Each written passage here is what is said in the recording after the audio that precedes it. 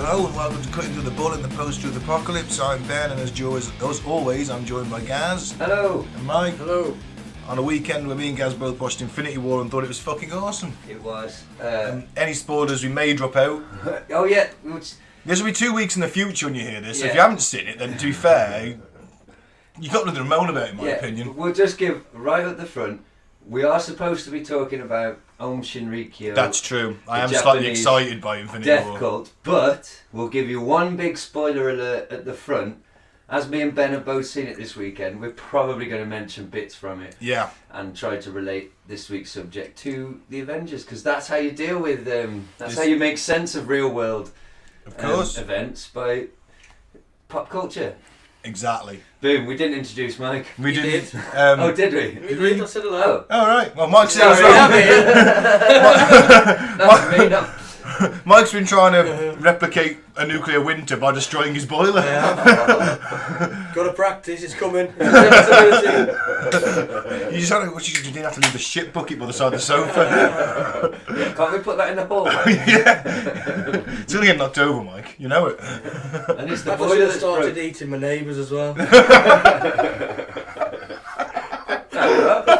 They've probably lived on a very high-fat diet, so they're probably quite tasty. Corn-fed. No one's eating corn in this day and age. It's too expensive to eat organic. Corn-fed space weevil. So, should we introduce this week's episode? So we are talking about Aum Shinrikyo. This is probably the first episode in a two-parter. We'll go all the way up to the events just before their infamous chemical attack on the Tokyo subway, because they've got such an interesting story. You've gone from a cult that's about meditation and yoga and learning how to develop yourself, your psychic mental powers, to a cult that's turned into basically Cobra Command from Action Force and is plotting to bring about Harumageddon. Ooh. Their version Kill them, you fools! And it's just crazy. So we thought it was definitely worth a couple of episodes. Yeah, well, you've mentioned the word that Harumageddon was this cult's version of Armageddon. It's also a special move on Street Fighter 3 Tournament Edition. It needs to be with this. Harumageddon! We're also trying to apologise for the bad Japanese pronunciation and accents that at some point will crop up. But first, as always, we'll do a little bit of weird news. Ooh. And if you haven't listened to us before, we do this about sort of half an hour, maybe 40 minutes, then we go for a pee, and then we start the main article. Yay! So what's happening around the world this week, mate? What have we got? Alien proof. Buzz Aldrin and 3 other astronauts pass lie detector on UFO encounters. Oh, God. And then for some reason, Mario Puccino, the manager of Tottenham Hotspur, below in a video. Hasn't it been established by popular science that polygraph tests are bollocks? Yep. Is it, or is it? Yeah, do they still have some kind of sway on a decision? No don't law. In law, they're useless. So when I'm watching like all this like true crime stuff, and they're like, "Oh, he passed a polygraph test," and I'm thinking, Yes, bollocks. well, that sucks. I think they So all them years I've been training to beat the polygraph test. Look at For nothing. nothing. Oh man. I think it's used as kind of a psychological thing, isn't it? Where they're like, oh, they passed the test, but it's like the test is bollocks. I'm sure it's been because. I mean, I'm no expert, but it goes on like physiological things, doesn't it? Sweat, heart rate. Sphincter. Anal sphincter. They put a dial up there as well. No, pad in the seat. Oh, right. Because if you're lying, you're meant to clench your buttocks. I would be shitting myself just about the fact that I'm doing a test. Might detect that as well. Yeah. I'd like to think the bloke running the test would detect it with his nose. But you know what I'm saying though? Like, I bet they use even if I know I'm innocent, I'd still be nervous about the fact that you're testing me on it. You know? Well, yeah, so exactly. that's why it's a There's misnomer. There's no scientific. Well, either way, So, it is in the UFO community. That's the main thing. But why the fuck is Buzz letting himself be? What is going on here? We need to break this story. We do. down. So let's scroll down and find out. The astronauts' accounts of alien sightings are examined under laboratory conditions, and all 4 astronauts passed the test, which was carried out using the latest technology, according to reports. Testing was said to be carried out by the Institute of Bioacoustic Biology in Albany, Ohio, using complex computer analysis of the spacewalkers' voice patterns as they told of their extraterrestrial encounters. Buzz Aldrin, 88, said he saw a UFO on the way to the moon. There was something out there that was close enough to be observed, sort of L-shaped, he said. Right. I mean, they don't need a lie detector test. I mean, I kind of believe him. I guess. You know what I mean? But also, let's say, you know how sometimes you can convince yourself of your own lie, or maybe not you personally, or somebody can. Like you could practice a story that you convince yourself is the truth. He's told this story so many times that he can sit down in front of one of those machines every day, and go, "Oh yeah, I could bang this story out without getting fucking nervous. I know I can." Yeah. Did he see aliens? I don't know. There's always that thing about the feed cutting out when they're on the moon, and NASA and Armstrong apparently saying they're watching us from the craters, and you know, but it was our kind of first proper trip. Well, it's our first trip to another orbiting body or a little planet. Really, the moon, isn't it? It's a little planet. Well, Buzz is saying the moon. It's Hence the name. It's small and round. It's in space. It's a little planet. What else do you want? Buzz is saying that. Oh, it's science boy. He saw it on the way to the moon, not on the moon. There was something out there that was close enough to be observed, sort of L-shaped. Sorry, See, that could just be something that's fell off. Yeah, I mean, there could be space debris. I should do that in a Buzz sort of voice, because you know he talks like a Southern American, even if he isn't. His name's Buzz. Yeah. He has to. But hasn't he been saying this sort of stuff for quite a while, though? Is he one of the ones? He's jumped on that bandwagon, certainly, about stuff he's seen. He's not the only one. He's not the only one. There was Apollo 15 pilot Al Warden, who's now 86. He claims to have seen aliens in a shocking Good Morning Britain interview. He saw them on Good Morning Britain. No, that's just a presenter's thing. I know they're a bit funny looking. Philip Schofield was a bit odd. Voice recordings of NASA pioneers Edgar Mitchell and Gordon Cooper, who are now dead, were also analysed. Apollo 14's Mitchell claimed to have seen numerous UFOs, while Cooper described them as chasing a cluster of objects. How many astronauts were there in total? Oh God, in the program over the years? Oh, I don't know. A few hundred? Probably a couple of hundred. Couple of hundred, That's yeah. a total guess. Not all of them went through. So say 400. 4 people saw aliens. That's quite a lot in a small. It is. Yeah, but it's still 1%, isn't it? Well, it's enough, isn't it? It's still quite a lot, isn't it? Could it It's not also like it's 4 in a bin. Yeah, but they haven't interviewed 400 people. They just interviewed these 4 Well, there might dudes. be more than 4 then. Well, yeah, Could but it they're also increment be- saying there is. I mean, and they do. There's a channel they switch to. They see something else. Could it also be the desperate ramblings of an old man dying to cling on to his public spotlight and his relevancy in the world that with each passing year forgets about him just a little bit more? That's the sad reality of it. It could. I'm sure his yeah, bookings on the UFO, you know, that market is waiting to be spashed by someone who's been into space. Well, yeah, he's like, you know what I mean? He'll get booked at every event. I've actually been into space, people. Yeah, book me.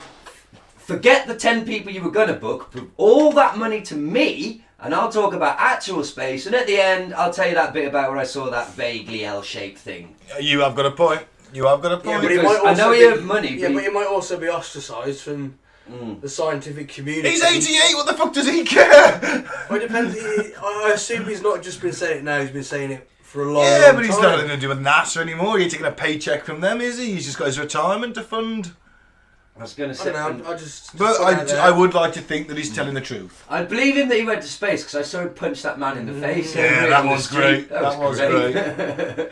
I'd like it to be true. I'd like all this to be true. I like Buzz. Did you see the footage of Harvey Weinstein getting slapped in a restaurant and told to leave? I didn't. No. It was quite what's the word? Satisfying. Oh, how the mighty have fallen. And it was the best kind of slap. It was some little tiny dude, not a big muscly dude. He was just telling him, "Get the fuck out of here! You're not welcome, you piece of shit." And Harvey's going like, "Okay." And he gives with the back of his hand like that. He went, "Bop, bop." two little bits pump on his face. Get the fuck out of here. And he didn't do anything. And he was like, sorry, and off he scuttled with his security guard, and I was just like, ha. One of the most powerful men in Hollywood, which I guess would make you one of the most powerful men in the world, relatively speaking. He's abused his power for a long reptile. time. Abused it for years, and now he can't go out to one of his fine restaurants without a little skinny man bitch slapping him out of there. So, yeah, he can't really fight back, can he? It's like, no, what can he say? He's like, oh man, I'm not a piece of shit. They wanted those parts. Yeah. I'm sure he said that in a drunken rage. Yeah, but anyway. So But he punches a mirror. He'll be all right. So what do we put on this? I'm with Buzz.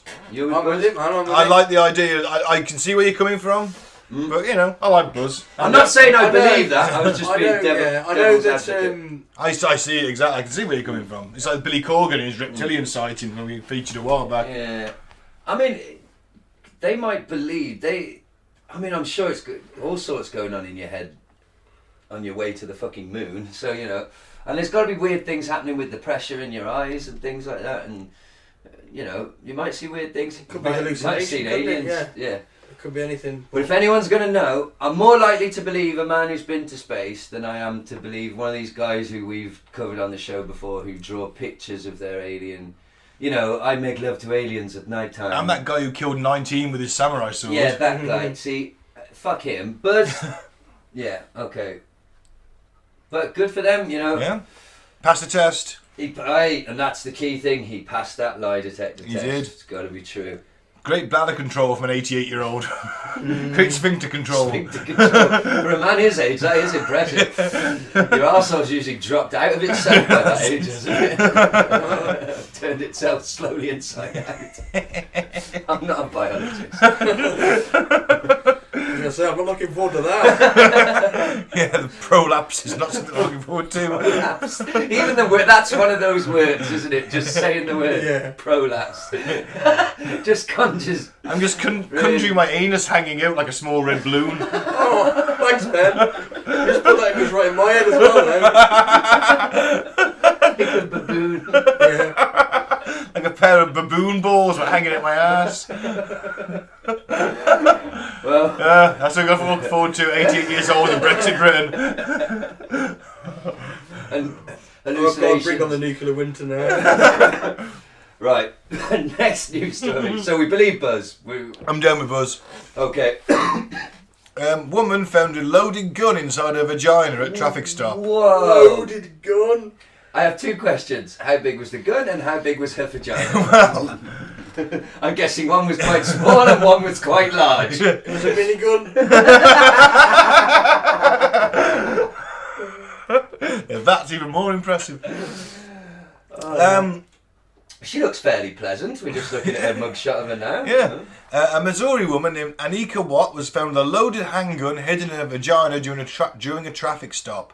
She pleaded guilty on Friday to weapons possession and drugs charges. Wow. She stopped on the highway where heroin and ecstasy were found in her car. Anika, 27, pleaded guilty to 2 felony charges as part of a reduced sentence agreement that also requires her to testify against an acquaintance. Oh, dear. Oh, that's low. Oh, no one likes a snitch. Snitches get stitches. She certainly will in prison. Oh, man. She put the gun inside her vagina in a desperate attempt to hide it from police, but the loaded Kimber .380 caliber handgun was discovered during a cavity search. And that's not the biggest drone. It's big enough, but it's not the. So I'd imagine that I don't care what size the gun was. It was inside her. Wow. Gaz, big vagina. Yeah, I mean, I know they're designed for babies to come out of them, but there's some ripping involved Well- with stitching back up. Well, hang on. They tell you how big it is. Upon searching the car, they found a significant amount of drugs and arrested her. Her Kimber .380 caliber handgun is about 5.6 inches long, and when it's not loaded, it weighs 13.4 ounces. Not an inconsiderable thing to have stashed away inside you. I was thinking more of the shape. Like, wow. The thing is, she's got the handle in there as well, or just the barrel and the trigger? Do you think... Sorry, I'm not going any further with that. I was just imagining the handle sticking out the end. And, Yeah, I was and thinking. that's how the officer removed it. Yeah. Yeah. Okay. Well, I would have thought put the drugs in your fanny and the gun under the seat. They're going to find it anyway, let's face it. Wow, that. But a loaded gun, I mean, if it had gone off, I mean, you're dead. Well, we're bang on. Read that. Oh, that's a different woman, that is. Back in 2013, Christy Dawn Harris was arrested, also on drugs charges. It turned out she was packing heat between her legs. She was eventually sentenced to 25 years in prison. Fuck. The police officer who searched Kathy Unbevost, Kathy said at the time, police officer Kathy said at the time, I observed at that time a wooden and metal item sticking out from her vagina area. She then pulled the item from her vagina and found it to be a 5-shot revolver with rounds in the chamber. Wow. So that's, the revolver's fatter because it's got the cylinder. The fact that it was loaded too, whatever, I mean, there could have been an accident there. Shoot the back of your womb out. Yeah. Wow. A DIY hysterectomy. Oh Lord, that's extreme. Well, only in America. And probably paralysing yourself at the same time. Well, hell of an orgasm. Well, over here, you know, we cover British women that shit in crisp packets whilst queuing for the toilet. Well, this is far more hardcore. Yeah, in America, they put guns in their fannies. Yeah. We love you, America. Far more hardcore. Just a bit. Jesus. Good on her. I mean, she was trying to get away with it. She was prepared to do anything. Yeah. But, well, I'll give her top marks for improvisation. Yeah, that's the. Here you go. So, okay. You're Anika. Okay. You see the lights behind you. Yeah. And you're pulled over to the side. And you know you've got drugs in the car. You know you've got drugs and a gun. And you make the decision in your mind then, the gun's going to get me in more trouble than the drugs. Yeah. I need to conceal the gun. She, I am assuming, must have been wearing some kind of skirt. You'd have thought so. Otherwise she's going to have to get her trousers down. There wasn't time to arouse oneself in the time it took the officer to walk from his car to yours, or time to reach for the KY. I don't know if she had any. I doubt it. She shoved it, this dry, solid, cold object, forced it into her. Oh, God. Then again, if she's got loads of drugs, she ain't fitting them all in either, is she? Oh, God. Oh, God. Wow. Fair play to her.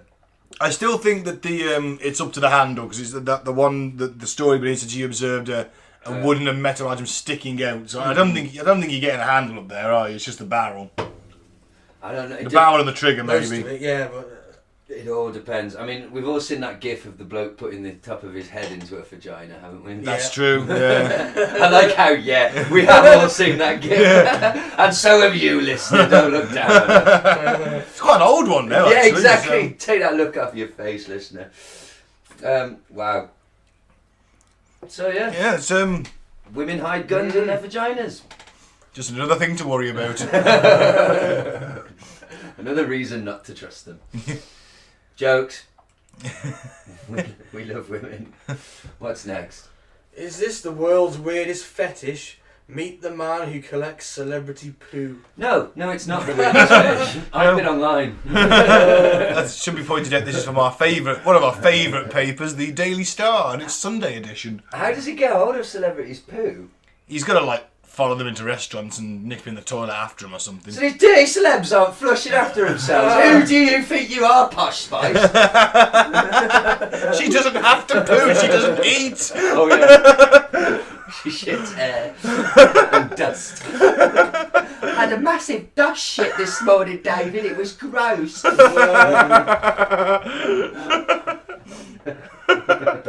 Ironically, though, I find her more attractive now than when she was in the Spice Girls. Yeah. Oh, certainly not now, but in the Beckham era. She's not. I liked all the Spice Girls. Gotta be honest, they're all women. So There is a video. Do you want to watch it? of him collecting poo. Yeah. Okay, that's. This is for a museum, though, isn't it? So it says. Yeah. And it also says, warning, the following footage contains explicit content. It's Victor Wynn's Museum of Curiosities. And shit. Oh, well, there's Viagra used by the Rolling Stones in there. We have a jar of Amy Winehouse's poo. and a jar of Kylie Minogue's poo. And when you look at them, you can see that Amy Winehouse had, I think that's probably a late night sort of kebab poo, whereas Kylie Minogue's is more of a sort of teetotal, raw food, raw diet poo, much more sort of wholesome and firm. And I can tell you that Amy Winehouse's poo smells absolutely disgusting, whereas I have to say I thought that Kylie Minogue's poo has a bit of a sweet aroma. Right, well, I'm just going to go out on record and say, first of all, mate, number one, right, why did someone put Amy Winehouse's kebab night morning after shit in a jar, right? And number one, why is Kylie Minogue shitting in a jar, the perfect little princess that Kylie Minogue is? Yeah. Why is she shitting in a jar? I don't think they shat in the jars. And second of all, why is he sniffing them?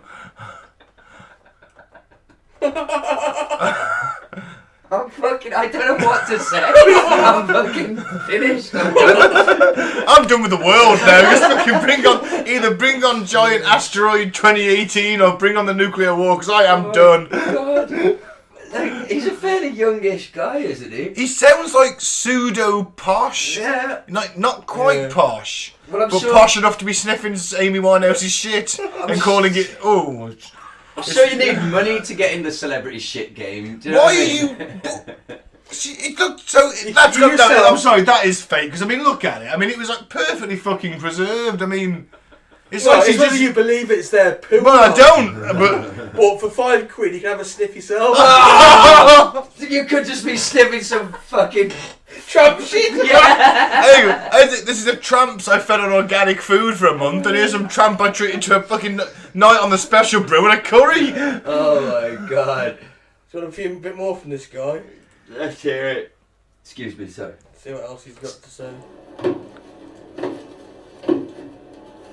He has stairs shaped like a spine. I'm kind of with that. Hello.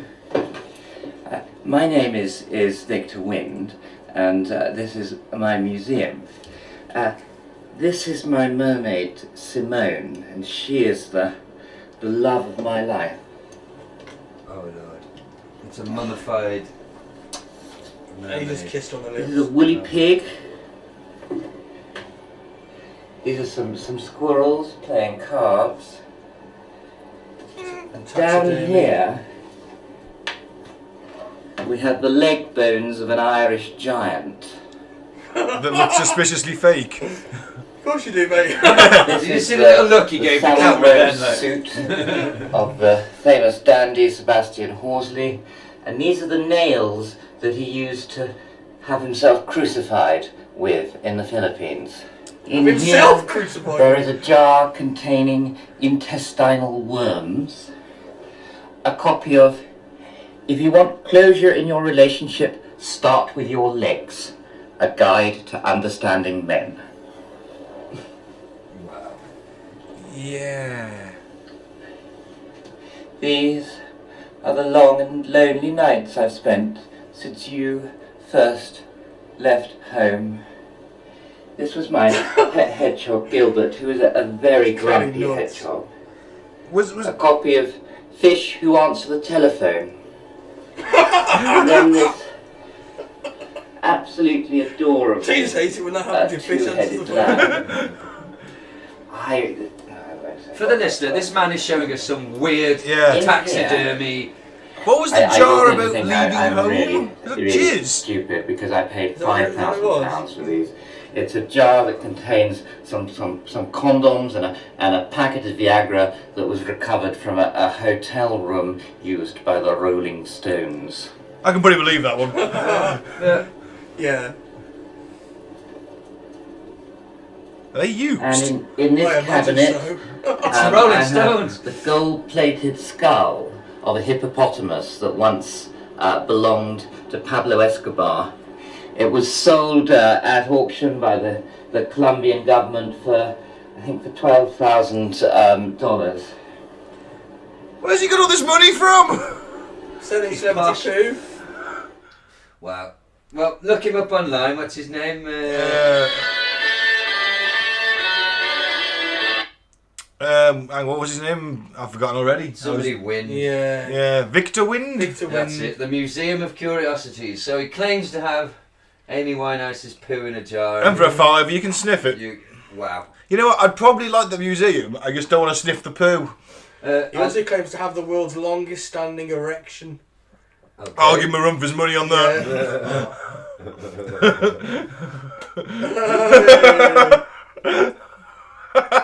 What did he say? It says he's got a giant mummified penis. 7 inch, is that it? Well, in this cabinet, I have the world's longest standing erection.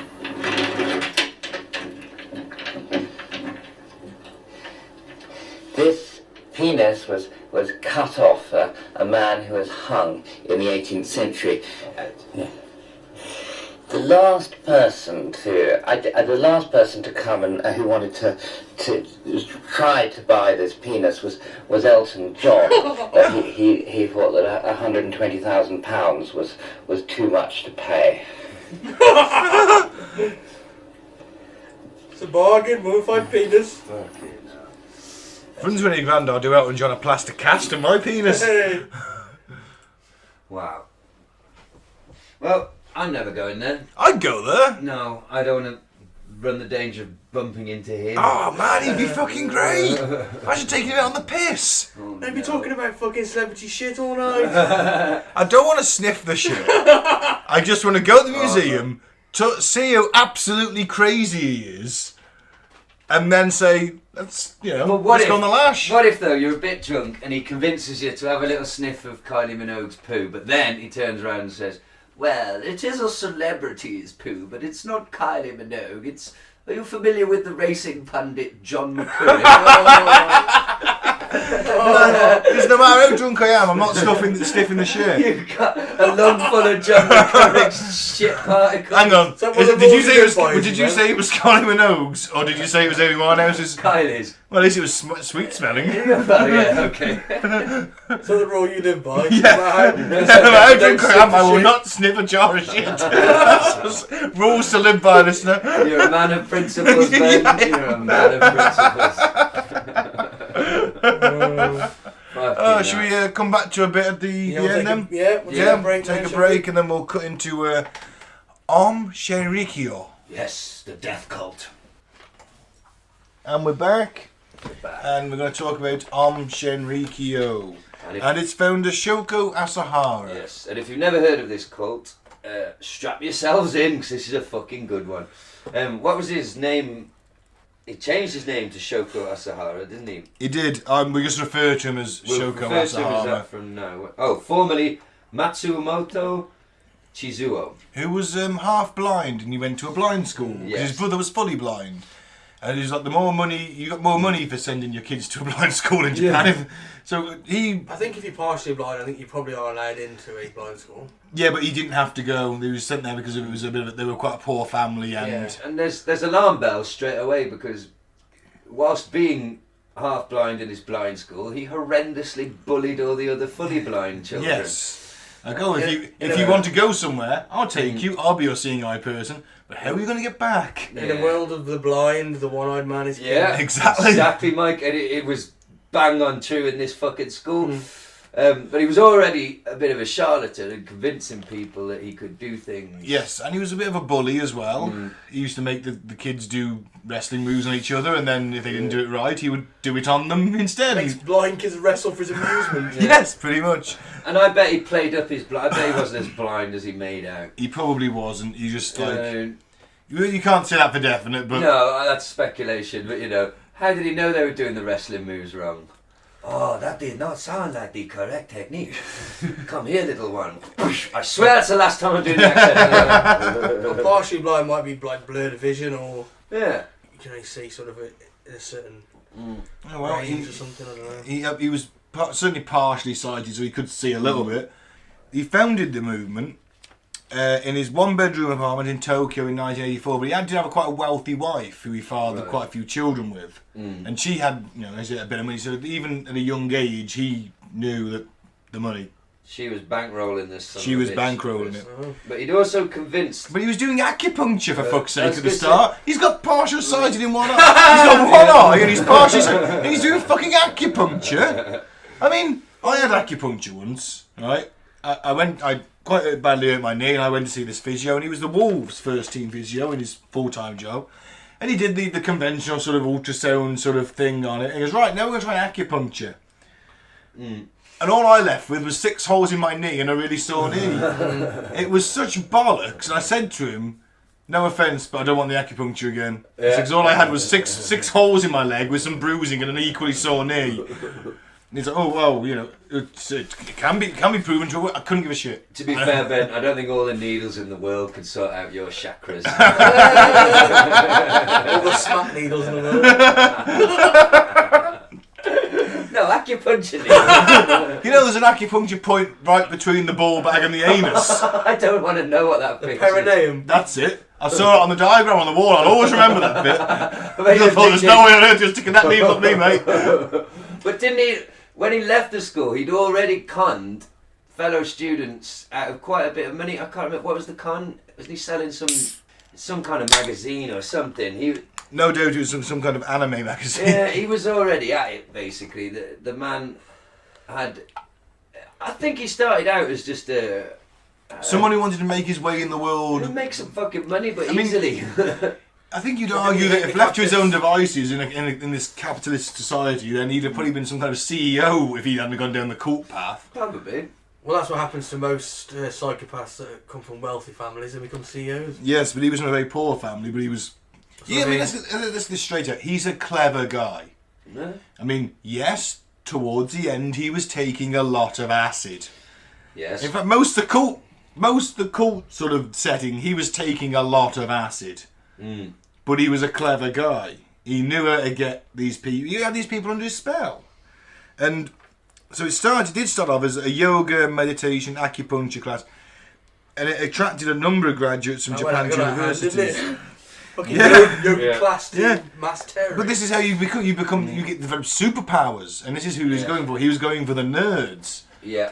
Now he was getting a number of graduates at Japanese universities. This was a religion for the elite. It was a group for the elite. They were known as originally Aum Shinrikyo, the cult of mountain wizards. It was played. That was the original name. Yeah. Did you know that? No. The cult of the mountain wizards. Yeah. I like that better. Yeah. He went to meet the Dalai Lama. And apparently it was like 1985, and apparently he was more interested in setting up a business model than he was setting up a religion. But and even the Buddhists didn't really like them very much. And they said, piss off a Buddhist, you've got to be pretty bad, haven't you? Especially a Buddhist monk. The Dalai Lama had to come out and make a statement, didn't he, after all the I think he probably did, yeah. Because there was some sort of accusation that... He met with him, apparently. He did meet with him, that he'd encouraged the spread of Buddhism. But he didn't... Because he used bits of Buddhism. Yeah, he did, yeah. Mr. Shoko. So he starts off, you're the cult of the mountain wizards. You got your geeks. Yes. Now, who's going to be attracted to your cult? Because he's promising people... Mountain wizards, obviously. Yes. But he's trying to use superpowers. Yeah, he's promising people... Now, and this is where the massively cultural element to it is. The promise of superpowers, but it's not things like... not like the strength of 10 men or, leap a tall building in a single bound. It's like, we've got this one guy, one of our top guys. He walks into rooms. This is true. They told me this. Yeah. One of our lieutenants. He walks into a room and the light bulbs explode. But he was just like, he was probably like... A useless fucking superpower! But he was a kid who'd grown up in the cult. Ah. He was like... He'd been like in training for many years already. He was, by the time he was 20-something, he was a fucking master at that point. Right. But let's talk a little bit about the kind of person he did attract. Have you heard of the otaku? The otaku? They're a Japanese subculture. Right. And that is a term for people with obsessive interests, mainly towards manga and anime, documentaries and academic research. And I'm going to guess single males who don't get a lot of action. That's right. Basically people who sit there in their room obsessively studying something. Same way that we do. This rings a bell and actually is quite timely because I got sidetracked the other day researching something. The Tokyo attacks. the other day, the van attack. Did you hear about that? The trans van? Somebody, you see, it wasn't widely reported because it wasn't perpetrated by a brown person. Because I hadn't heard about this. A dude killed 10 and injured a few more by a van attack, mounted the pavement, mowed down some people. And I kept hearing this word, incel. He was a member of incel. He was an incel. I was like, what the fuck's an incel? Looked it up. Stands for involuntarily celibate. They are just like these people we're talking about, but the Western version. So I couldn't just go and see a prostitute? Well, they're so angry at the world that they're not getting any, and they never will. It's involuntary or voluntary? Involuntary celibate. So they blame. They blame women. All women are whores. Men. Women are all whores, and good-looking men. It's their fault for putting it about, sleeping round. They go to one extreme and thinking there should be a government program where one woman for every man.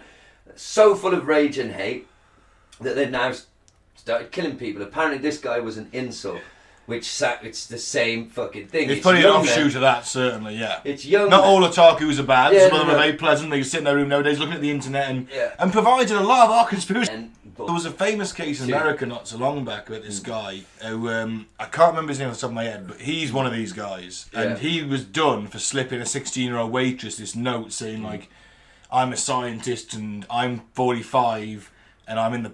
it's my peak to have children, so we should have children. Do you want to go out for a drink? Now, he's 45, she's 16, and his defence was, I'm a scientist, I've got this theory that all the women are whores, but I need to mate with young women to produce perfect offspring. This is the kind of thing. So he's angry at all the women, but he still wants to fuck them. Yeah, and one of the confusing things about them is that they accept, they're like, yes, we know we're the lowest of the low, and that's why we've never felt the touch of a woman, but we're angry about it. And someone's got to pay. And so these guys, back to Aum Shinrikyo, I think they are of a similar bent. They maybe not have the same hate towards women, but they need something to do. Yeah. You know what I mean? They need a group. They need to feel they belong somewhere. And in Japan... They need a hobby. Yeah, anime is so intrinsic in the culture. Yeah. So anime isn't just for your super geeks like it is in the West. It's just part of everyday culture. Adults, your average normal adult will watch an anime maybe. So these guys love anime, they love cosplay. They do. They love video games. Sci-fi. Probably sticking needles in your balls. Yeah, probably tentacle porn. Wanting to have that. You know, I've got it later on the book they release. It tells you how to develop mental powers. You know, I've got a few listed down. But also, you got to look at the Japanese educational system in terms of these people as well. And it goes back to that. They do something like 280 days of schooling a year compared to the West, which is a lot less than that. And it is constant testing, no individualism, and fact retention. You are taught to remember facts and then repeat them at the time and place of someone else's choosing in an exam. That is the Japanese education system. It certainly was, I don't know, at this time. Not much critical thinking. Not much critical thinking, which is strange that, you know... That's the Western education all over, though, isn't it? Well, yes, I suppose no critical thinking. You retain these facts. This is how it happened, and that's it. And then you will do that in a test. And so that is, if you can't remember shit, you're no good in the Japanese education system. Same as ours. But so that does, but the Japanese being, let's say they're quite obsessive over stuff. Would you argue that in their culture? Oh yeah, and there was also general sort of... So if you don't fit into that, you're an otaku then, aren't you? You're being creative. You're watching that.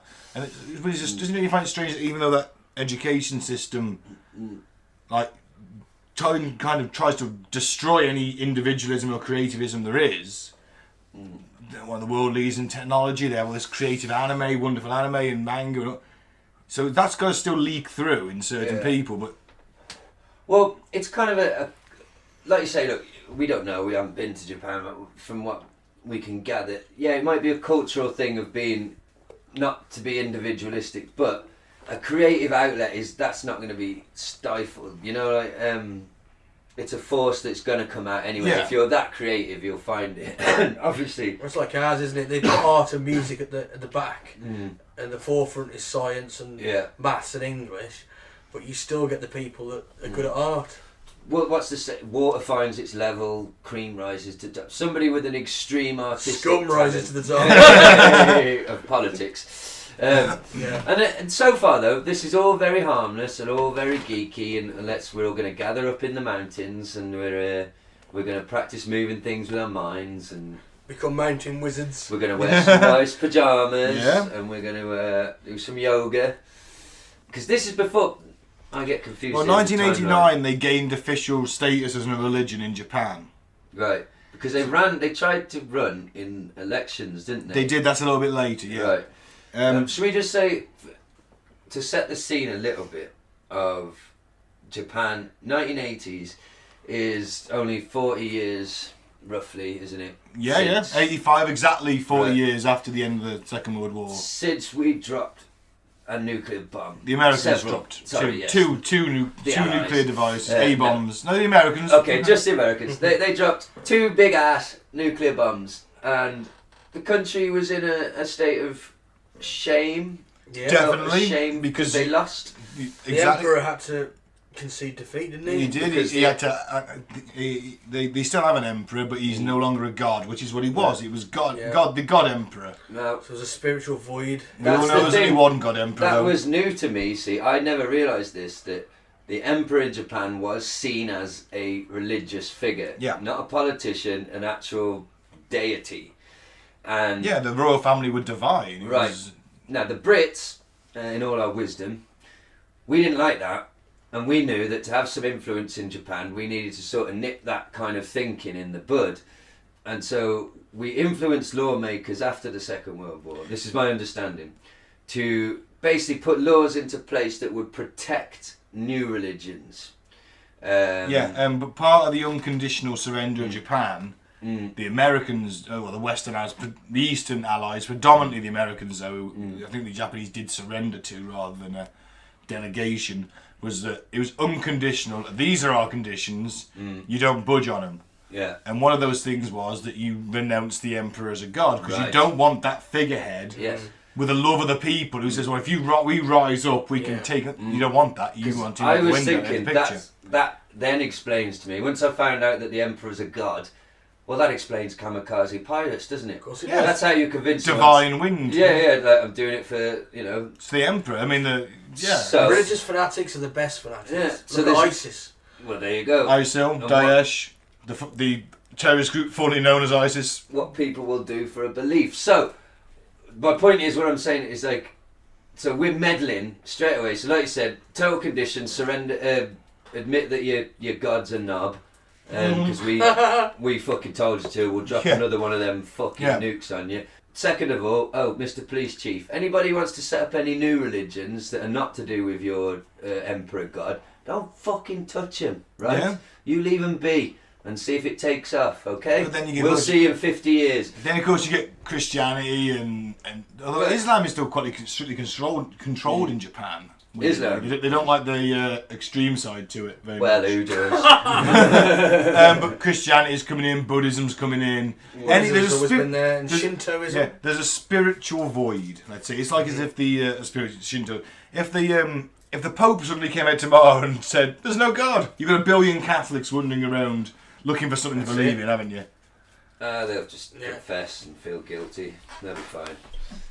Catholic so you have this spiritual void. So a lot of these cults sprang up.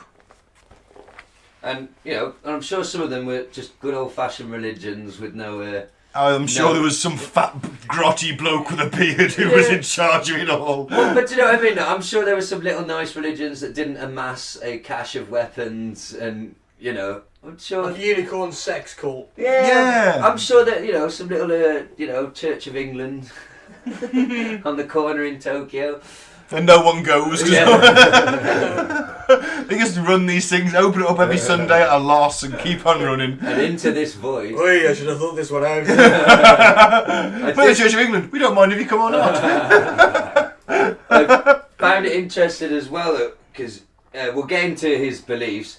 One of them, the things he read heavily, was Nostradamus. He did love his Nostradamus. I remember thinking, didn't he? We already knew he was a cunt, didn't we? But 1980s Japan, it was the first time it had been translated. Yeah. It was all fucking new to him, so imagine reading that in 1985, like, whoa. And there's going to be the next great leader will arise in the East is one of the prophets.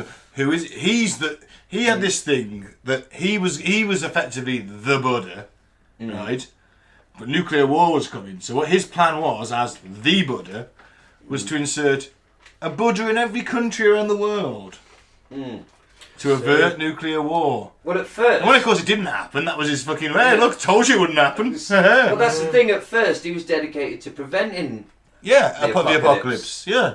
Because you can understand, being a Japanese person, couldn't you?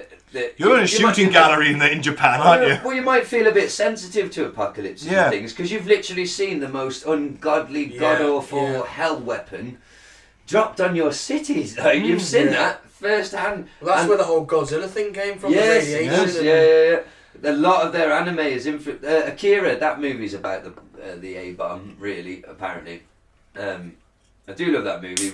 Whether or not it makes complete sense, yeah, it is. It's very much is in their psyche, absolutely. All their artwork and things. So yeah, you're going to be thinking about it, aren't you? So and let's face it, you're also in Japan. You are literally off the coast of Russia, but you're also occupied by America at that point in time. Quite close to China as well, and quite close to China and North Korea. So you're in the bit of the middle of lots of countries with nuclear weapons, and you don't have any. And every now and then... Well, they do, don't they? No. Don't they have them? They don't have a real army, do they? No, they just have a defence force. That is it. It can only be used for defence. They've got a very well-equipped, technologically advanced defence force. Why can't we have that as a rule in the UN? Armies can only be used as defence. But then we can't make shitloads of money by bombing people. Actually, they did deploy to Gulf War One. But they only guarded POWs. They weren't using offensive operations. But there's a UN thing. Man, I'd imagine they do. Costa Rica hasn't got an army, and they're fine. Well, the Japanese but they've got. I said they'd be off the coast, which is full of dinosaurs. Like they need an army. If anything. You think about the Japanese psyche. Not only have you had missions to the island, never came back. You've had these nukes dropped on you twice, and then every now and then the ocean comes along and wipes away half your island. Or an earthquake. Volcanoes. Imagine how it feels to be Japanese. It's like, fuck. You go to sleep at night and think, might be an earthquake in the night. The roof might fall in on me. How would you fucking not get away from that? Well, that puzzles me. I'd be fucking terrified. But then it's also socially acceptable for you to get up that morning, go to the local subway station and throw yourself in front of a train. Or go to the foot of Mount Fuji and hang yourself in a suicide forest. I mean, the whole world is under a sword of Damocles, isn't it? Ooh, I like it. With the nuclear war, I mean, that could happen any time. Yeah, and it is, as we say, just literally. I mean, they're still getting effects from those two bombs now on Hiroshima and Nagasaki. I'll give you £5 if you can name the bomber of the name of the bomber for the Nagasaki. Well, yeah. So everyone knows Enola Gay. I'll give you £5 if you can name the second. I've forgotten. I didn't know. That's Boxcar. The pilot last name was Bock. Oh, German. Well, a lot of Germans. It's a conspiracy. Nazis. Oh no, a lot of people in America are of German descent. Most of them are Polish, I know. Most of them are German, aren't they? Because German was going to be possibly the main language. It was, and they actually took a vote on it in the first Congress. What's the official language of the US, English or German? English just about won. Yeah, it did, yeah. I mean, imagine the First and Second World Wars if America was a German-speaking state. Well, we would be fucked, wouldn't we? The entire balance of history then immediately takes a offshoot. The USA joins the Nazis in World War II. Yeah, but wouldn't they still be on our side, but just speaking German? I don't know, what would you have more favour with? Because why would if you think about it... Well, think about it, for 200... This was done in 1776, or whatever.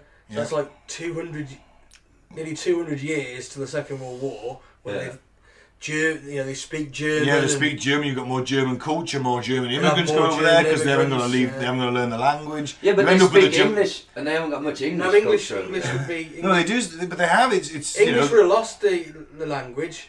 That's what I'm trying to say. So the Yanks would now be speaking German. Yeah. I just think it would have been exactly the same. We could have stopped saying Yanks. I just think it would have been the same, just confusing because your mates But from they wouldn't- America sound the same as the ones we're all They from. wouldn't have But you wouldn't have had so Germany. many English and Irish immigrants go over there because No, they'd you have had to wouldn't. learn the language, I'm just being wouldn't they? And facetious. yeah, they might have set up, but they might have set up in little Yeah, English-speaking yeah, communities, maybe. but they'd have to speak They'd German. probably Their go to- children probably would go to have to Canada, speak. wouldn't they? Or... Yeah, but their children would have to speak German to get on in that world. So therefore, you get this Germanic But that still influence doesn't in mean, the culture. Because Yeah.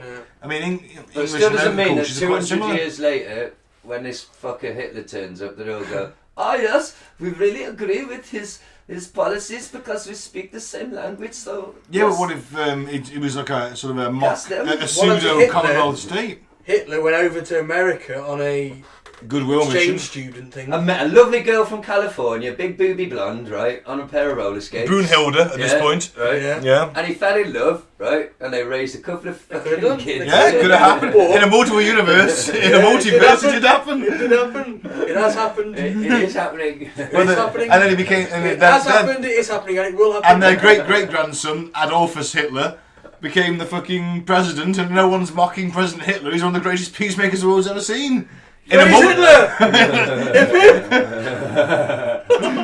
Yeah, maybe just do that one in that particular multiverse, man. Yeah. Okay. Me not Anyway. in that universe. Is it banging hot Germanic blondes? You're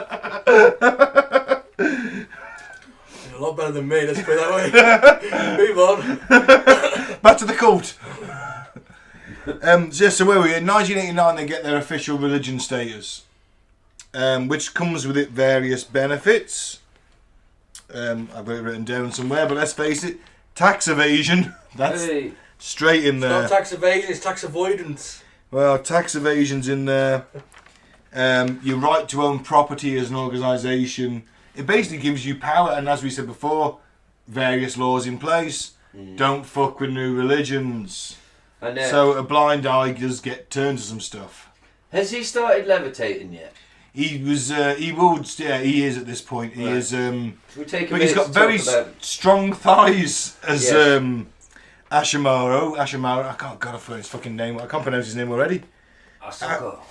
Asahara. Asahara. That's it. So I actually spelt it wrong in my notes as well, which is not helping him. Ashihara. Shoko. Shoko. Yeah. Shoki, baby. Shoki, What does baby. Aum Shinrikyo? What's it called? Aum Shinrikyo. Oh, I do know that. It's, Isn't it something it's in the pure notes truth somewhere. or something? Yeah, yeah. Supreme truth. Supreme truth. That's That's it. Om is a sound of God, isn't it? The The Om song. The Om So song? this guy, Crypto-fascists. Crypto-fascists.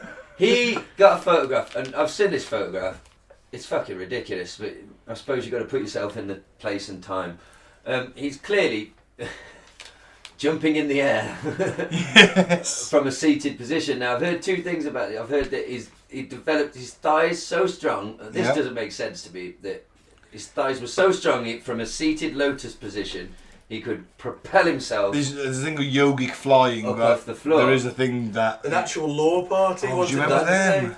Don't you think it would be easier Yeah. to stand on something high, jump off, reach the seated position, and they snap the picture before you hit your ass on the floor? Either way, I think that's what it was. I think it's literally he's got Yogic flying. He does They can yogic flying. Jump about 4 foot. I don't in the think air. I don't think Shoko's jumping 4 foot in the he's air. a bit of a tubby bitch, to be honest. So I don't think he's jumping. I think he's gone up maybe 6 inches. They snapped the picture yeah. and they've caught him perfectly Yes. at the extent of his jump. And still 6 inches is still a good Yeah. chunk. This It's half a picture, foot. I mean, I'm being gent. I could be being optimistic. but this picture was then printed in a certain magazine, which if I was a proper researcher, I would have written down. But it was some sort of popular magazine. Oh god, it was like this is Dungeons and Dragons Something magazine like or something. that. They got a lot of membership from that. Yeah, something aimed at these types of. Yeah. What's the name again? Sorry, Ben. The otakus. The Takus. So this was a popular magazine. They've all seen this picture of the dude levitating, Yeah. and promising superpowers. Well, yeah, so he's that's got. how at this stage. And this is where I found that up. So the higher members, if you fucking give me all your money, Yeah. and you know, I'll You're and you buy threatening and you boys, buy aren't this you? book and you Yeah. buy this book and you concentrate on what was important by giving up leisure. Yeah, I remember you can read minds, have X-ray vision, psychic abilities, and levitation. Sign me up. You're in straight away. The guy, he's so flaky on his beliefs because one of his early beliefs, he used to encourage sex in his he did. amongst his members. Yep. I remember one of the details was one of the techniques he told everyone was to masturbate something like. I haven't got the numbers, but it was. Oh God, you had to do it. You had 5 or 10 times a day, but without ejaculation. Yeah, you edged yourself like 5 times in the first day, and the next day you did like 7 times. You edged yourself. Oh no! And then the next day it went up, and it was like 40 days or something. Then you go and have So you were like edging yourself to. I don't know, something like 80 times. It's like torture. And then you went out and fucked, and your sperm was more powerful. It was more And this is good karma. Good karmic energy. See, Good so karmic it's like, energy. Oh, you save it up. Yeah. But then he changed. To most cult leaders do. No one gets to fuck apart Except from me. And this is getting ahead of it, but I heard a story of one of his drivers who, because not many people have spoke. Even today, as we speak, not many people have actually spoke out. No, they haven't. No, they're still dedicated to the leader who's on death. Well, I've heard they split up. And they split into 2 groups. Well, they've been Sort of one was like a symbol of a dove with a fig leaf, and they were apologetic about the attacks. Just leave the cult. And Just stop being a cult. Hey, let's still stick together and remind everyone, that what we did, and be really sorry for it. Or we could just leave. Well, they want to make amends, don't they? So that's a good thing. Well, the other split group where they still, they said it was a good thing. And they spread into Russia now. But his personal driver did tell his story, and he told stories of how because it got to the point in the cult where. Eating was extremely controlled and rationed, and you were supposed to, as part of your karmic journey, to deny yourself and not eat very much, to be honest. Shoko wasn't getting thinner though, was he? Shoko was magically getting fatter and fatter because his driver every night would drive him to takeaways and Mackie D's he every would night. just sit in the back of the car, filling his face, and the driver plucked up the courage to ask about it. And was told by Shoko, oh, it's a test. It's a test of you. If you can see your leader breaking his own rules and yet still believe in him, well then you're bang on, mate. In his armoured Mercedes, by the way, which was donated, admittedly, but still as part of someone pretty fucking high up donated him an armoured Mercedes. And I think we need to start stressing right at the start of this story how each one of these cult members is giving him everything they've got. He has taken them for everything. This is all about money, from the start. Yeah, exactly. He is a massive, because later on we're going to learn about him having like over 200, was a billion or 2 billion 2 at the height billion in funds, right? Now that takes domestic terrorism to an entirely different fucking level, doesn't it? That's a nation. In a country that is resource poor, Japan does not have oil. It imports virtually everything. You've got 2 billion in cash sat about. You can pretty much fucking get what you want. Yeah, and he pretty much did. Exactly. It was at this stage. But in private, apart from his limo trips in, Asahara and his top disciples reportedly tried to continue their humble lifestyle. So when you saw him in public, he was waddling around. Well, he was probably being carried in all fairness, but he's in his simple garb and he looks a bit straggly. That beard was not a good look, was it? It was very straggly. Yeah, he's a straggly dude, and he was, remember as well, the benefits packages you could get. $800. Have your picture taken with him. Yeah. $2,000. Lots of different tiers. No, $2,000. A gallon of his bathwater. Oh, for fuck's sake. And he was imagine you get a gallon of his bathwater and some back hair floating in it off this dude. And the rest of them weren't allowed to bathe, were they? No, they weren't. Yeah. They were living in abject shitholery. To keep up the demands of how much water he was selling, he must have been bathing all day. And his fucking cult members are just like, oh, can I wash my pits at least? No! 3,000 beatings! Kudoosh, kudoosh, kudoosh! Apparently they were beat a lot. They were. Because it was karmic massively energy, beaten. transference of the karmic energy again, wasn't it? I'm helping you, Mike. If I beat you up, I am helping you by taking away your negative karma, and if anything, you owe me because I'm taking one on the chin for you. Yeah. I'm absorbing your bad karma, ungrateful bastard. Now hold still while I hit you again. Yeah. It's amazing what Makes sense, it's amazing what one human being can get. But these are multiple human beings to do. These are intelligent people. They're scientists. They're graduates. Yeah. Yes, they're nerdy, but at what point is a nerd taking 30 strikes of a whip and then not walking out of there in a flood of tears? I mean, you've got to be fucking dedicated. Because you believe the guy who's doing all this... Yeah, it doesn't start off like that, does it? That's your punishment. It starts off as a punishment and then it becomes daily treatment for everybody. Yeah, you used to, didn't you? To go back to how they once believed that the emperor was a god, you now believe in your cult, this straggly beard weird dude, you don't think he's just a weirdo trying to make money. You think he's the fucking next coming. He's going to save us from nuclear war. He is the saviour. He's our biggest fear as a nation, getting nuked. He's going to save us from that. Yeah, we know what nuking's like. We've had it. We don't want that again. And that was just a... And the fact he's off his face on acid constantly. Well, that came in later, didn't it? Well, he probably is at this point. I don't know if he's sharing it with his... But that's the thing, later on when he starts giving acid and LSD to his disciples, he's doing the biggest cunt move you can do with hallucinogenics. And that's not telling people that you're giving them fucking hallucinogenics. It's a bitch. It's not like, hey, it's LSD time, everybody. It's just fucking giving some of that. Yeah. Imagine that. It's not a cool thing to do to anybody. How much acid do you think he was on?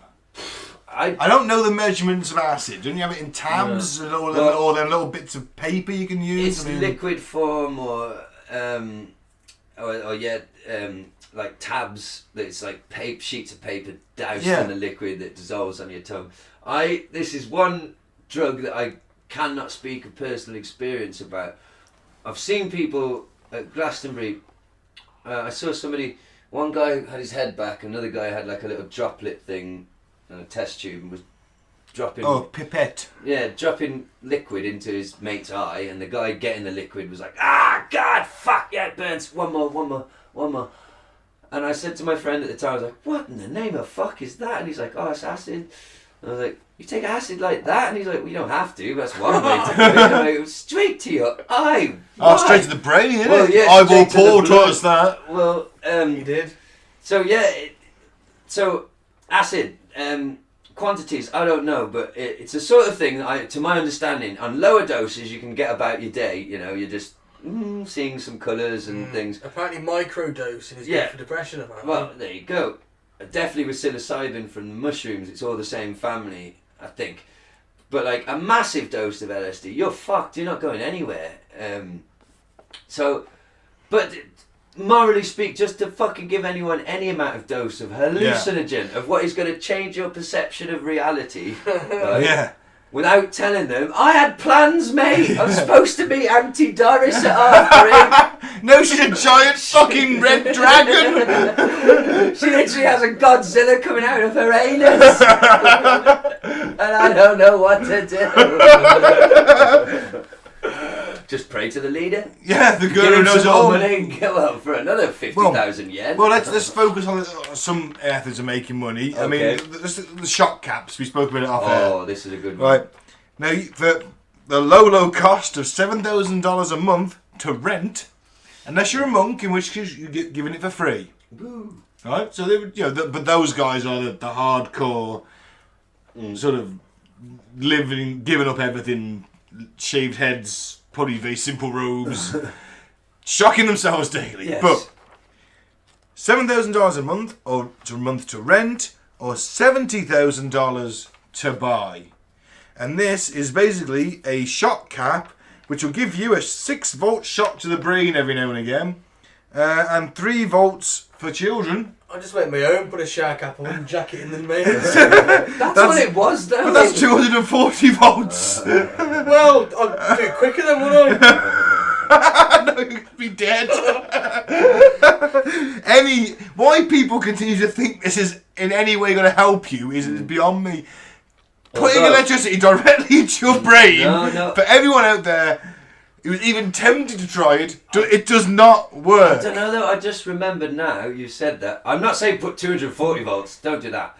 But there was a Radiolab episode about where they did studies on like a low level voltage in your brain. Apparently it does increase concentration. They did this test with a woman shooting targets, tested her accuracy without the electric, put the electric through her brain, and her accuracy went through the roof. But that's... There's not 6 volts though, is it? That's at a low level, and that's done by an actual clinical study. Look up that Radiolab episode, listener. It'll do a better justice than I just did there. This guy is basing this on what? You know, he's got nothing. All it is it's gonna bring your brainwaves to the same level as the guru. It will, and they literally believed, didn't they, that this connected their minds to him. Yeah. So they believed they were literally connected to him psychically, mind to mind, and so that they couldn't lie to him, they couldn't deceive him, they had no choice but to do what he asked them, because he'd know if they weren't doing it, wouldn't he? Because they're fucking psychically because he's the guru. He knows everything. And it's the Aum Salvation Plan. It involved claims of curing physical illness with health improvement techniques, realising life goals by improving intelligence and positive thinking, concentrating what was important by giving up leisure, as you said. And the higher members, you can read minds, you get X-ray vision, you got psychic abilities, you can levitate. Just shock your brain for a bit, get on my level. Oh, no. You can't just shock your brain, you have to shock your brain and give him the money. Yeah, of course, yeah. Well, $7,000 a month just to shock your brain plus whatever else you're giving him. Fucking nutter. But as we said, the practices they used did remain quite secret, but the rituals involved the use of LSD, beatings, being hung upside down and beaten, and shock therapy. And then we said the karma, didn't we? So you remove the bad karma by enjoying various sufferings. Members use this idea to justify the abuse of other members. So hey, I'm making you suffer. It's all right. So, and I'm just reading here as well. In these early days, when it kicked off and they became a religion, they were claiming to be a Mahayana Buddhist sect. So, but with Christian things, you know, the Harumageddon was he realised after reading the Book of Revelations. So they're going. So to the outward eyes, they're telling me, "Hey, we're a nice, simple Buddhist cult. Nothing weird going on here." And hey, you can't fucking do anything about it because it says in the law that I'm allowed to do a bit of Buddhism now. Yeah. Fuck the Emperor God. Yeah. You heard what the Yanks said. And there was a lot of disposable income around in Japan in the 80s. I mean, there was a big fear in America that the Japanese were going to eat them alive economically. The Japanese economy was booming. There was a lot of disposable income floating about, especially amongst your top scientist kind of people. Your car developers, your scientists. Stockbrokers. Yes, as well. I mean, and a lot of money floating about. $7,000 a month to shock yourself in the head. Hey, spiritual enlightenment. And like it says in Back to the Future Part 3, where they're in the Old West, the Doc is the Doc from the 50s, and he's trying to fix the car, and he looks at the computer chip, and he's like, "Marty, this is why it won't work. It's made in Japan." And Marty's like, "What do you mean, Doc? All the best stuff is made in Japan."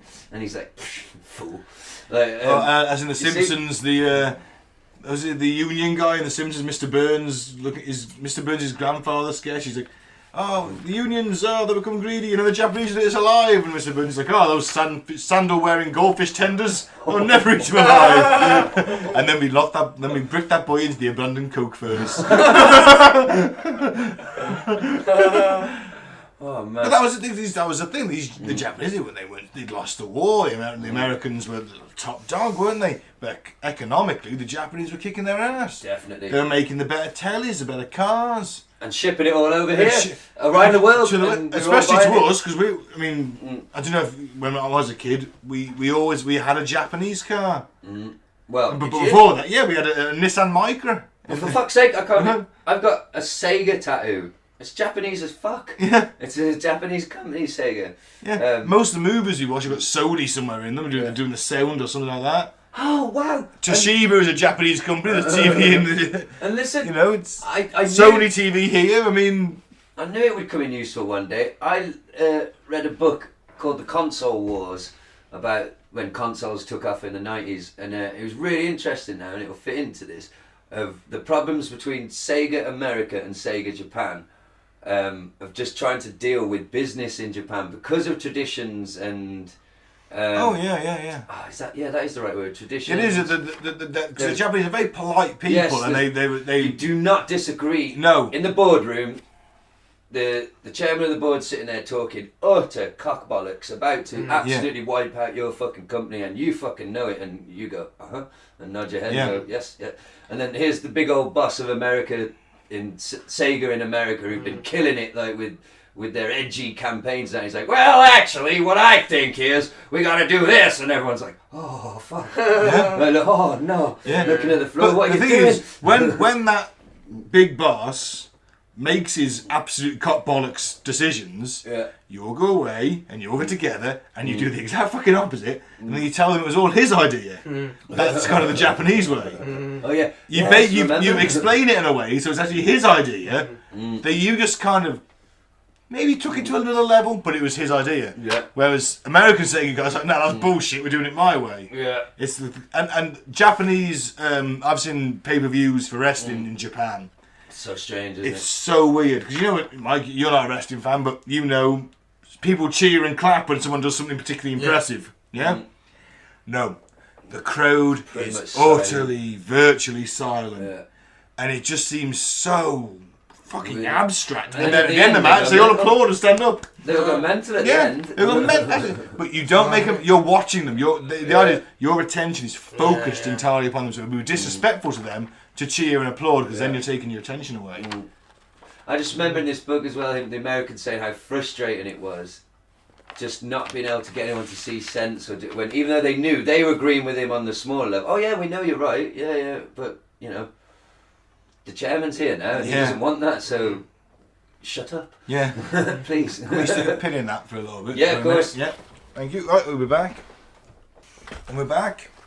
So let's move to, we've gone through what was expected of you in the cult, kind of what their beliefs were, the Harumageddon, the end of the world, how they started off as being nice and peaceful and loving, trying to prevent an apocalypse to actually wanting to go about creating one. Because we missed a little bit, didn't we? Just that they tried to go through legitimate. They tried to get voted in sort of local elections and things.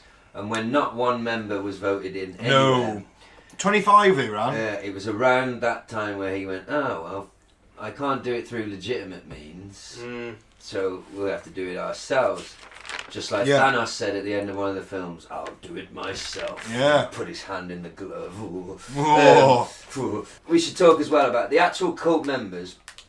They are completely isolated. They are not allowed any contact with family members, and a lot of them didn't have families, which made it easier. They were that sort of people, but ones that did have families completely or they took their family with them.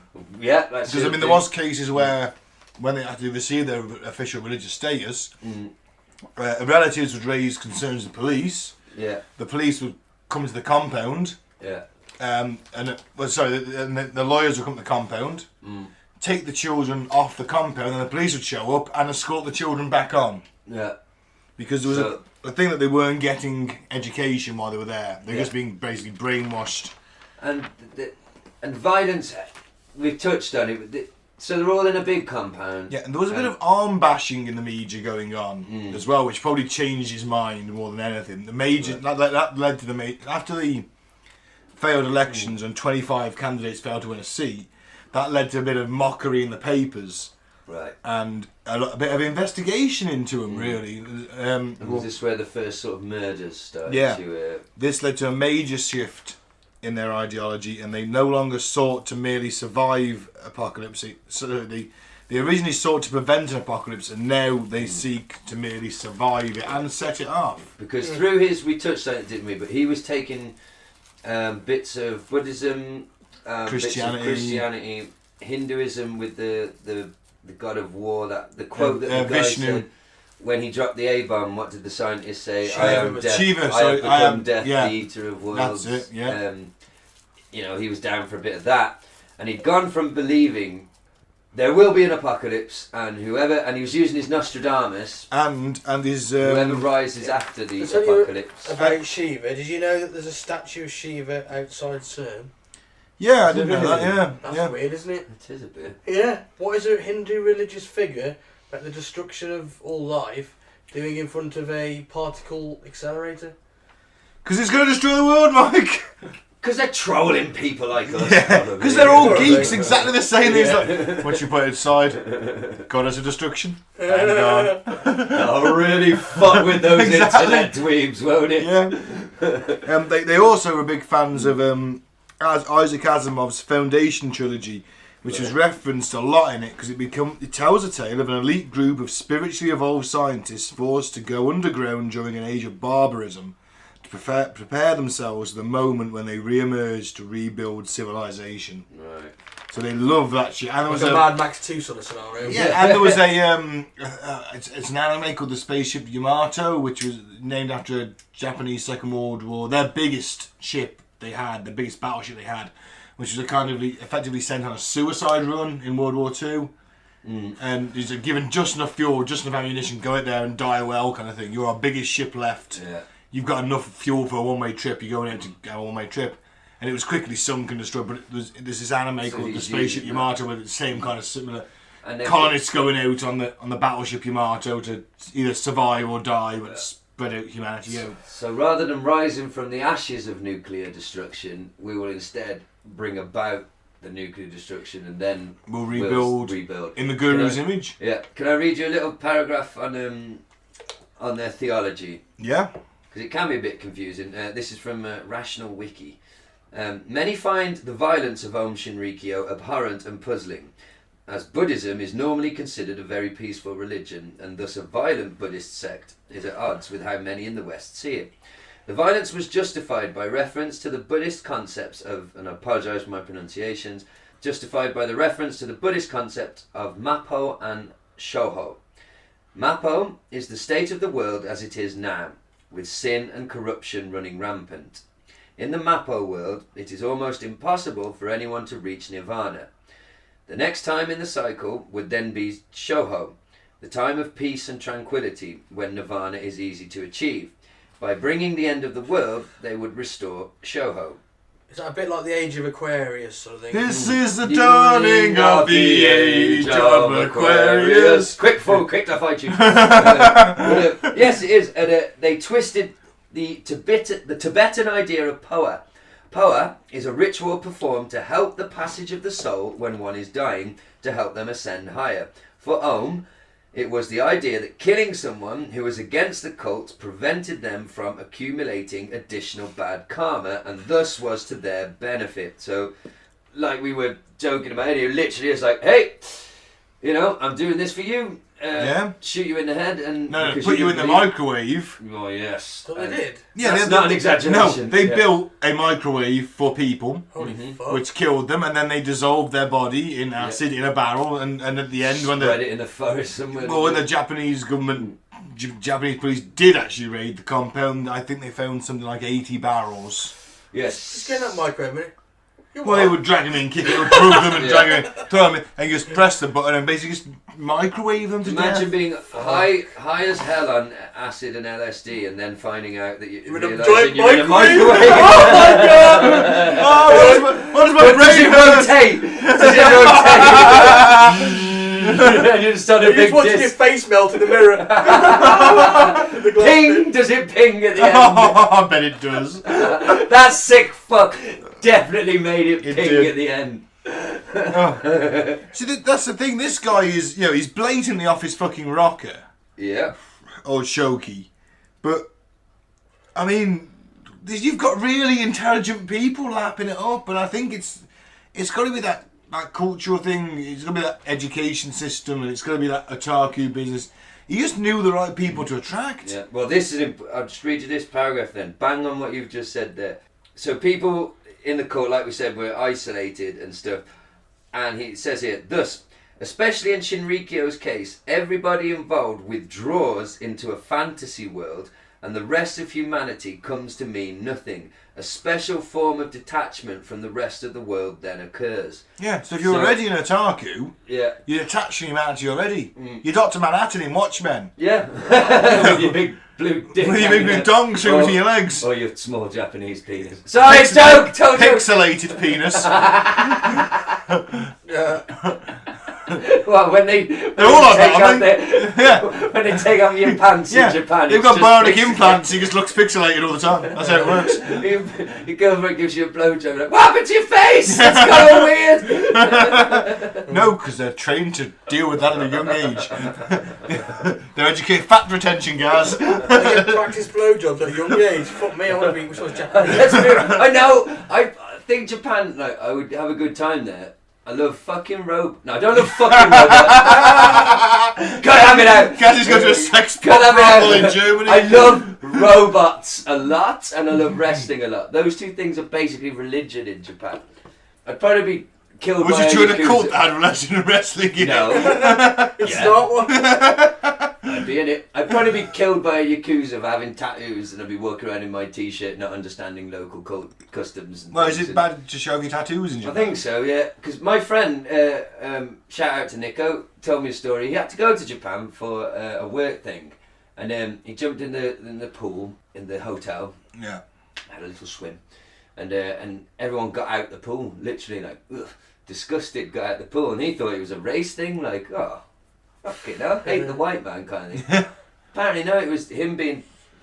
He shouldn't have had his tattoos out, basically, and they're all disgusted with his breaking of the social rules. Oh yeah, let's say. That's the thing with Japan. And the music in Japan isn't great either, is it? It's all sort of like cyberpunk. Hey, I love this band. Metal. See, I love this band. If you want to see Shonen Knife. Oh, thank God for that. I thought you were going to say baby metal. I was going to get up. No, I'm not into baby metal. No. Shonen Knife are amazing. They're a really good punk band, but the lyrics are so wonderfully, curiously Japanese. Like my favourite song is called Big Kitty, and the lyrics go, big, big, big kata, big, big, big kata. But trust me, the music is awesome, and it's three really hot chicks, which doesn't hurt.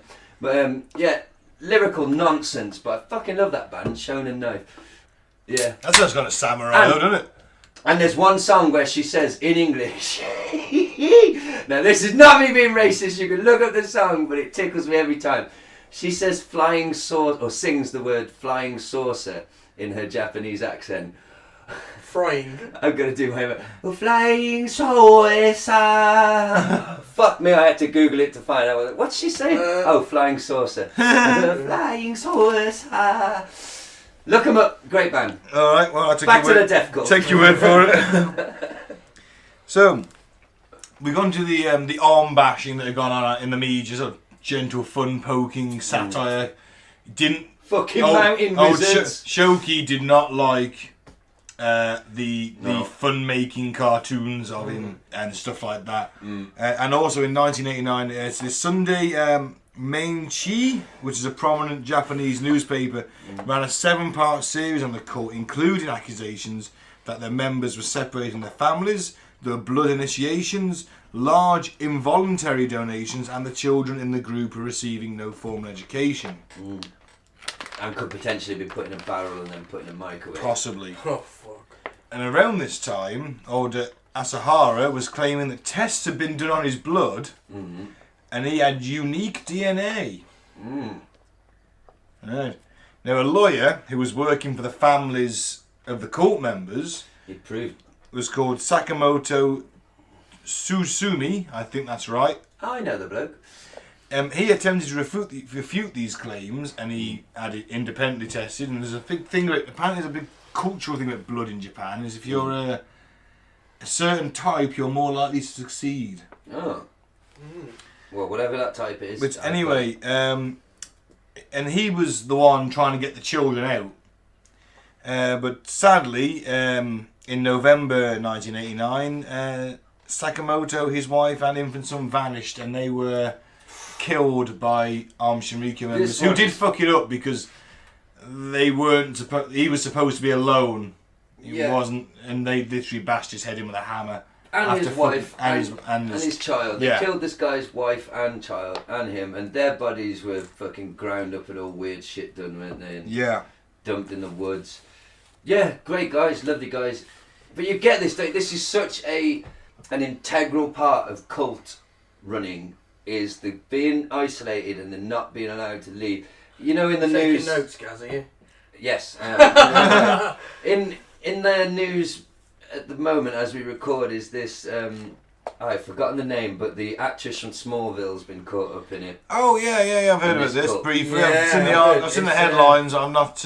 Again, it's Alison Mack, is it or something? yeah, that's the actress. But what popped it into my mind in regards to this is that and something I was listening to, there was talk of exactly, again, people not being allowed to fucking leave, people being chased on the train station by other cult members. and he you was. will not fucking leave. And a town, the town where it was set up, the little cult, because the guy had a lot of money. The guy set it up. There were towers there that blocked cell phone coverage. Wow.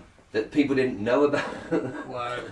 Wow. So they don't even know there's. So this is anyone in this fucking Aum. Anybody who turned against old Shoki baby, he wasn't having it. He wasn't having it at all. You were getting microwaved if they caught you. To this day, we don't have an accurate figure. We don't know how many of his own people he killed.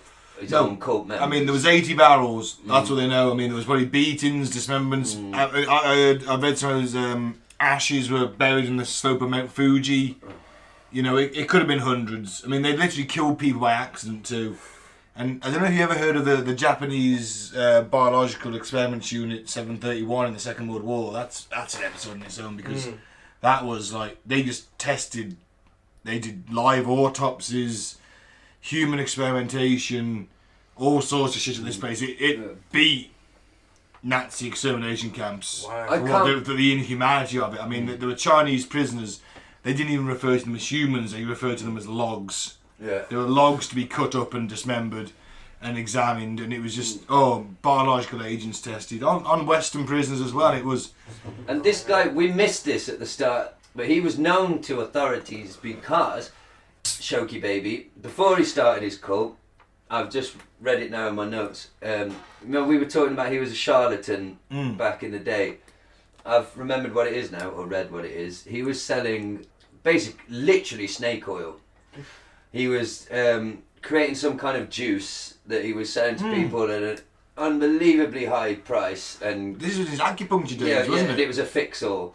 Yeah. And he was charged for operating pharmaceuticals without a license, that type of thing. So he's on the books, is what I'm saying. Doesn't he strike you as slightly like Mormonism? I know we mentioned it before, but yeah. snake oil merchant, gets his own religion. I think he sort of fell into the cult game, though. I think his mission at first was literally just, I want to make as much money as I can, and he realised he could dupe people quite easily. Yeah. And then it just, I With think, his strong thigh muscles. It just snowballed then. And Once you get the power, you crave and the acid. Yes, And let's not forget the acid. But this is where the acid comes in too, because another important factor that I think we'll find in all cults that we look at when we do the show. When did we dissect yours? Hey, when it grows to an acceptable level. When he's got a compound. When I'm in jail.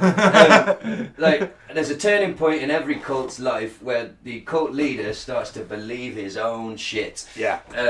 Big time. And that's what happened with Shoki. Yeah, where you go from just pulling the wool over people's eyes and convince them, yeah, I'm a special guy, giving that money to be like, yeah, I fucking am. I am the son of God. I've got unique DNA. Yes, my blood is different than any other human alive. Nostradamus predicted me. Yeah. I'm the great leader in the East that will arise and lead humanity through Harumageddon. Harumageddon. So the guy's already. We already broke up, promise. we're getting into. They're starting to kill. They're trying to kill their own members. There's a lot of blood on his hands now at this point. And remember, acid wasn't that popular in Japan, but they were selling drugs, weren't they? And they eventually ran afoul of the Yakuza. You know the Yakuza? Mistake. They're like the mafia times 10. I mean, if they fail, yeah. it's the top half of your finger. You fail a second time, it's the rest of your little finger. If you fail a third time, they just fucking kill you. Like, they are... Escalate quickly. It's only going to go But he knew this was going to happen. And at first he wanted to father, because he was the only one allowed to come, remember? No one else could come, no one else having sex apart from him. No. Or hot dogs. Well, he wanted to father an army, essentially, or certainly... He got close, he had 15 fucking children. He had 4 off his first wife. Fuck, yeah. Right, so... What happened to her? Microwave? Yeah, she's still there, but he's just shagging everyone else. Ah, I see. Because he's the guru, isn't he? She's got many wives. And you lot took the piss out of me for wanting to be one. Come on. Well, it's this Tempting. Quick, make me blind in one eye. Well, all right. remember that Japan as a country with very strict gun control. He did manage to procure 18 handguns in Japan, which is no mean feat. If you're $2 billion, though. Yeah. Oh, yes. They also tried to set up an AK-47 factory and produce 1,000 rifles, but sadly they only produced one, which puzzles me, because the AK-47, for any fellow gunny people out there, is like the simplest rifle in the world.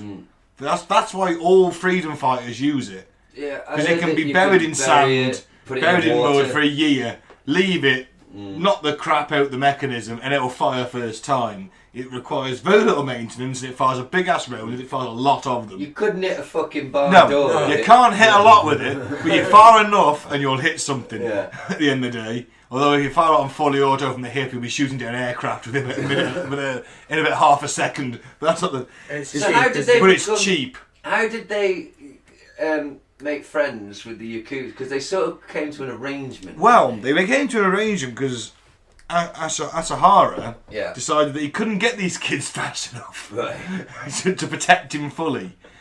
Yeah. So what he did was he recruited members of the Japanese Defence Force, or certainly veterans of it, or people who'd served, including members of his elite airborne division, who were probably American trained, so they're not too shabby. Right.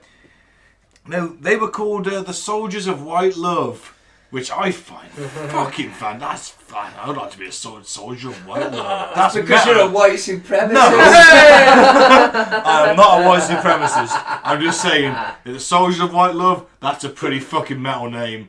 Okay, but are you allowed to give your white love to non-white of course you are. humans? Oh, I'm in then. That's fine. Yeah, I don't have an issue with that.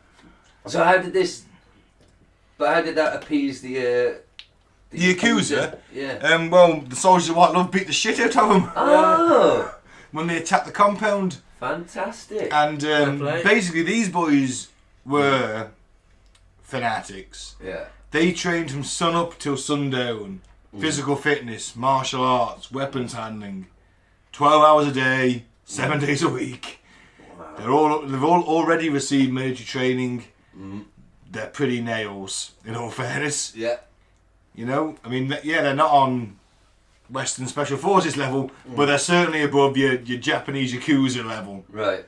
And they did beat the fuck out of them. And then the Yakuza were strangely more tolerant of them after that. I suppose as well, I mean, I'm no expert, but your mafia types, I'm currently halfway through a 30-hour-long audio book called The Five Families, which is the history of the mafia. It's fucking fascinating. Does it end up with Gotti at the end? It's going through it starts in fucking Sicily, explains, which I found fascinating.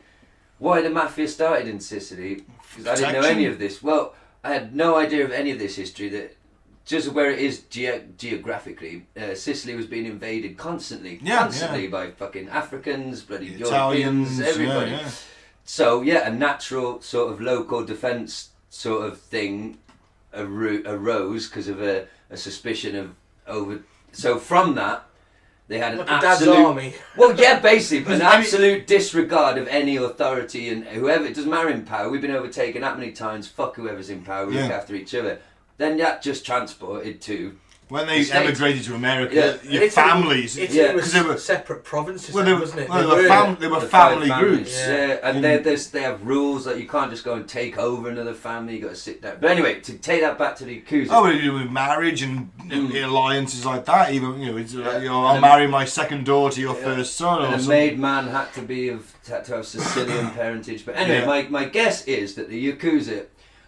the kind of rackets they're running, protection, drugs, betting, gambling, sporting events, that kind of thing. Aum Shinrikyo aren't really encroaching on their territory in that way, are they? It's not like two rival gangs fighting for drugs. Aum have got this point got $2 billion in the bank. Well, that's the other thing. But you see what I'm saying? They're not invading their turf. Yeah, they're not. They're encroaching a little on the drugs trade. They're a bit. I think it's more that it's like they're worried that because they're becoming so powerful, it's like maybe we nip it in the bud now, get them to agree to our terms, and in the future we'll have him in our pocket. We'll just keep feeding him money and acid, little take off it. He's getting richer. But it's like blah de blah. story as old as time, isn't it? Well, so you said earlier, acid and LSD, hallucinogens weren't that. No, they weren't. They never took off in Japan. In Japan, I've got no idea why. But yeah, it's weird. It must be a cultural thing, societal thing. Maybe it's that rigid sort of discipline of no creativism. You take that stuff. Whoa, that's bad. Who knows? Yeah. You'll be drawing tentacle porn by the end of the week if you're not taking that. Because cocaine and speed would probably suit the Japanese lifestyle a lot better. Because I'd imagine there's a lot of Japanese who will take speed. Hours. Yeah, some kind of amphetamine, I would imagine. Yeah. Yeah. See, uppers, I think. But yeah, so I was just trying to clear that, because that is strange, isn't it? Why the accuser never just went in there. But I suppose, like I said, they're not encroaching on their territory, and they're not trying to steal recruits. It could be a problem that you may need to deal with in the future, that if you nip it in the bud now. Yeah. And just most people, I suppose, at this point, you've got to remember, I guess, this was maybe they don't want to be infiltrated into their organisation. Yeah. That's another thought. I mean, you've got a lot of top people in top positions. Yeah. Who are at some point members. And at this point, it's still a religion. Yeah. As far as the outside world, even a Yakuza man might be thinking, well, they're a crazy religion, because I'm sure I've heard of them selling a bit of the old LSD, and they were asking us if we could get them a helicopter. Yeah, but, a Russian military helicopter, yeah. But they're just a crazy wizard religion. Yeah. So, yeah, but it's like, at this point, because they're getting bashed a little bit, even though they've just beaten the accuser, they're still taking that mockery of them in the popular culture. Yeah. And they were known to consider assassinations of several individuals who were critical of the cult, including the cartoonist Yoshinori Kabayashi. Mm-hmm. And they did actually attempt an assassination on him. You see, because we've got a list here of their. We'll get to that in a bit, shall we? Yeah, if you but, get that I'll get basically, either sides, he wants chemical weapons. And it's also worth pointing out that they sent a lot of their science guys over to former Soviet Union states to learn some stuff and potentially try and buy, well, what you call it, radioactive material to make a dirty bomb, or even fissionable material to make a fully fledged nuclear bomb. And they had the fucking guys to do it. He was saying to people, I want a plasma weapon, I want rail guns, I want laser weapons. Yeah. And they did have a laser. Yeah. They had a laser. Do you think they pretended it worked really well in front of him? I think they pretended it did more than it was supposed to in front of him. I fire it at you now and you go, ah, pretend to be dead. And he's like, oh, I'm so pleased. Yeah. And then you're like, it's okay, Ben, he's gone. Yeah. He levitated for all of half a second and then he vanished again. Because the thing is, they would go to him, and he would tell it to his top science guy, I want a levitating chair, right? And he'd go, okay, great leader, okay, guru, I'll go and work on it. And they would come back and he would say, like, oh yeah, well, we accomplished it, but with our technology as it is, even though we're at the top of everything, it would have to spin round so fast to maintain its anti-gravity that you would be sick. And he'd go, okay. We can do it though, and he's like, yeah, we can do it. Oh, okay. And he'll be happy with that. It's like, as long as you try. Yeah. And because he knows the people around him, yes, he may be off his face on acid, but and yes, he's a very clever manipulator of people. But he also, like most cult leaders, knows to trust the people he appoints to top positions in a way. And he's got also an innate, like most cult leaders, he knows where to put people. Yeah, you're only as good as your number two. That's it. Well, and the other thing is that you don't just go and buy chemical weapons. They're in Walmart. Yeah, no, you buy the ingredients, and then you make it, right? Yeah. So, well, look at this one. They tested their first chemical weapons, both sarin and VX gas, which is that's also not very nice. Is that the one the Nazis used? No, Cyclone B. VX gas actually is very clever because it starts off. It's like sarin. It starts off as a liquid. It starts off as a rain, but when it hits the ground, or like at a certain point, it turns into gas. Right. But it's more effective. Both of them are more effective in their wet form. Right. So if it lands on you in the wet form, you're fucked. Because he starts having a go, doesn't he, old Shoki, with spraying. He does, yes. But they were used in several attempted assassinations in 1994 and 1995, but they tested them on sheep at a place called Banjawan Station, which is a remote pastoral property in Western Australia. So they were killing sheep with them, and they decided to put it into full-on production. I'm just reading here that so back in 1990, this is the one where they drove 2 trucks full of the stuff near 2 US naval bases, Nanita Airport and the Imperial Palace headquarters of a rival religious group. They sprayed what they thought was, now I'm going to struggle with this word, botulinum. Oh, that's that oh god, I can't remember the name, but yeah, it's that disease where you shit yourself to death. Botulism. Right. Their aim was, again, to bring about an apocalyptic war. I suppose they thought we attack the US. US response. They'll attack us, and boom, we're gone. But it failed. The cult had not isolated the Clostridium botulinum from the soil they collected at the basin of the Tokak River. So that was a failed one. Yeah, you pretty much shit yourself to death. So and then we flash forward to October 1992. Shoko led more than 40 of his followers to Zaire, the country, with the supposed intent of giving medical assistance to Ebola patients. Well, he actually got off his ass. However, it is believed that Aum's true purpose for travelling to Zaire was to collect samples of the Ebola virus.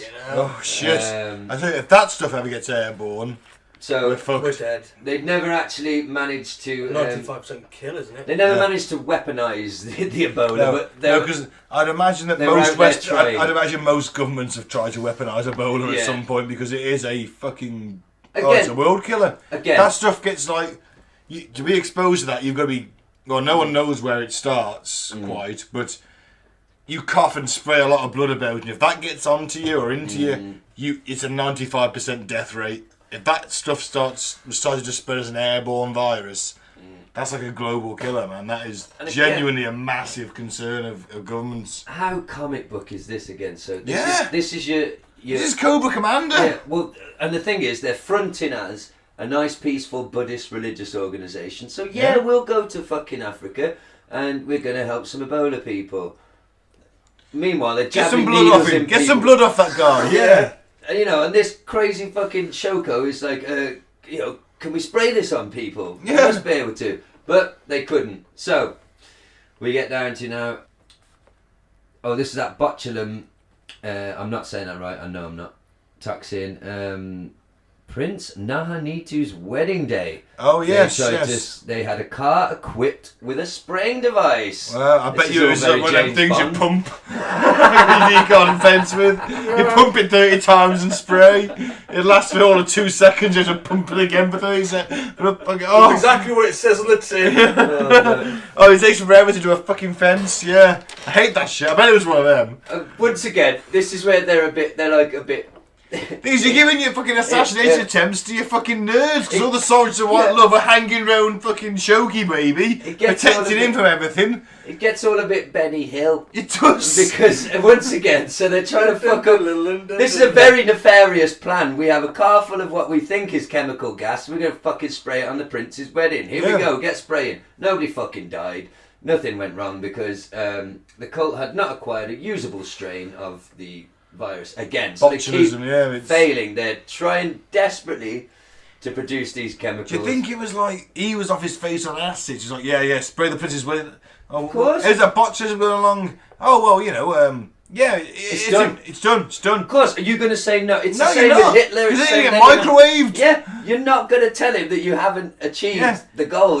So you do it, and then you pass the blame down to the blokes in the car. Well, they didn't mix it right. They didn't do something right. They fucked up. It into the wind. For you. Microwave for you.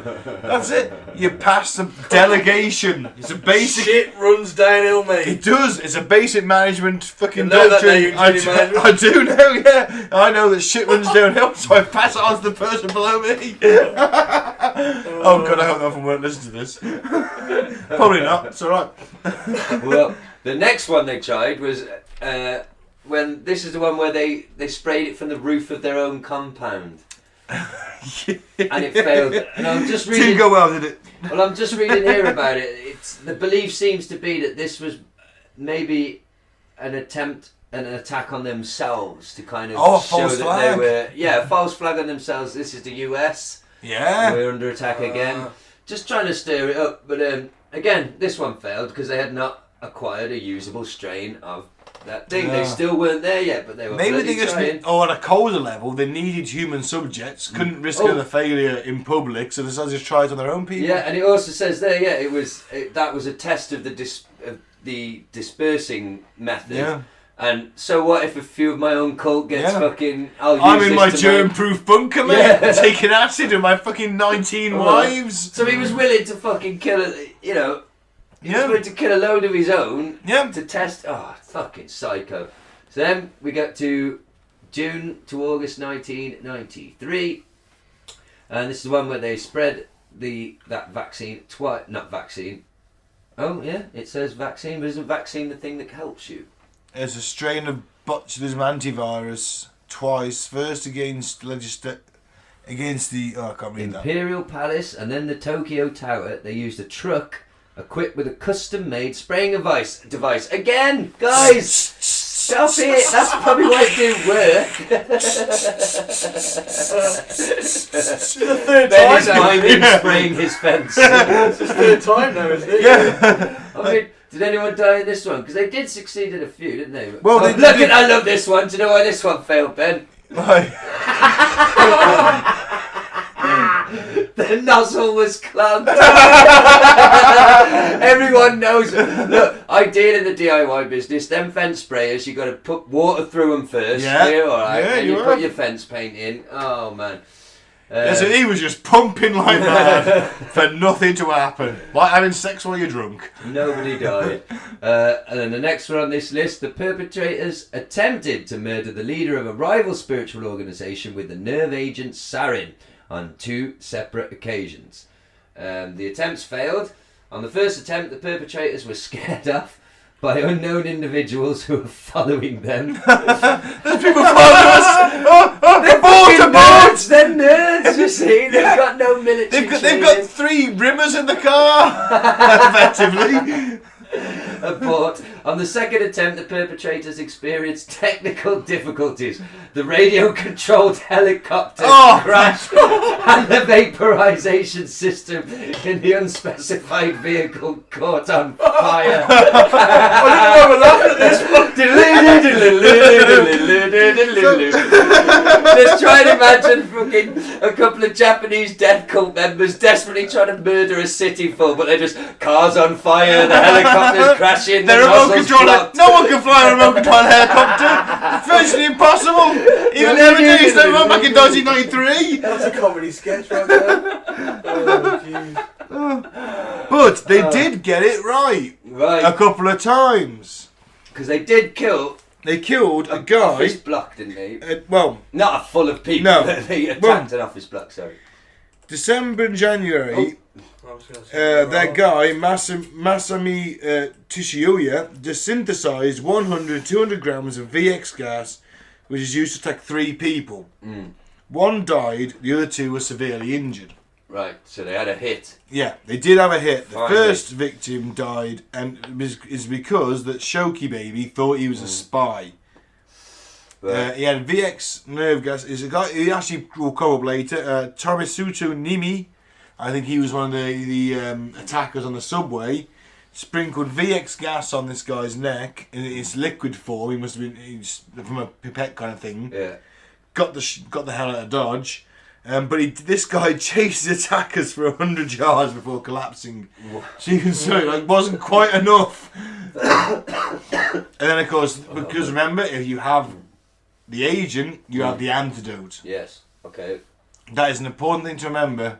For later on, for the next episode. For part 2. If you have that's the way you develop these things. Yeah. You don't use them unless you got the antidote, because your own people may be exposed to it. Unless it was that day where he was like, spray it off the roof, fuck it. Yeah, unless of course it was that day. He was doing an experiment, everyone get on the roof.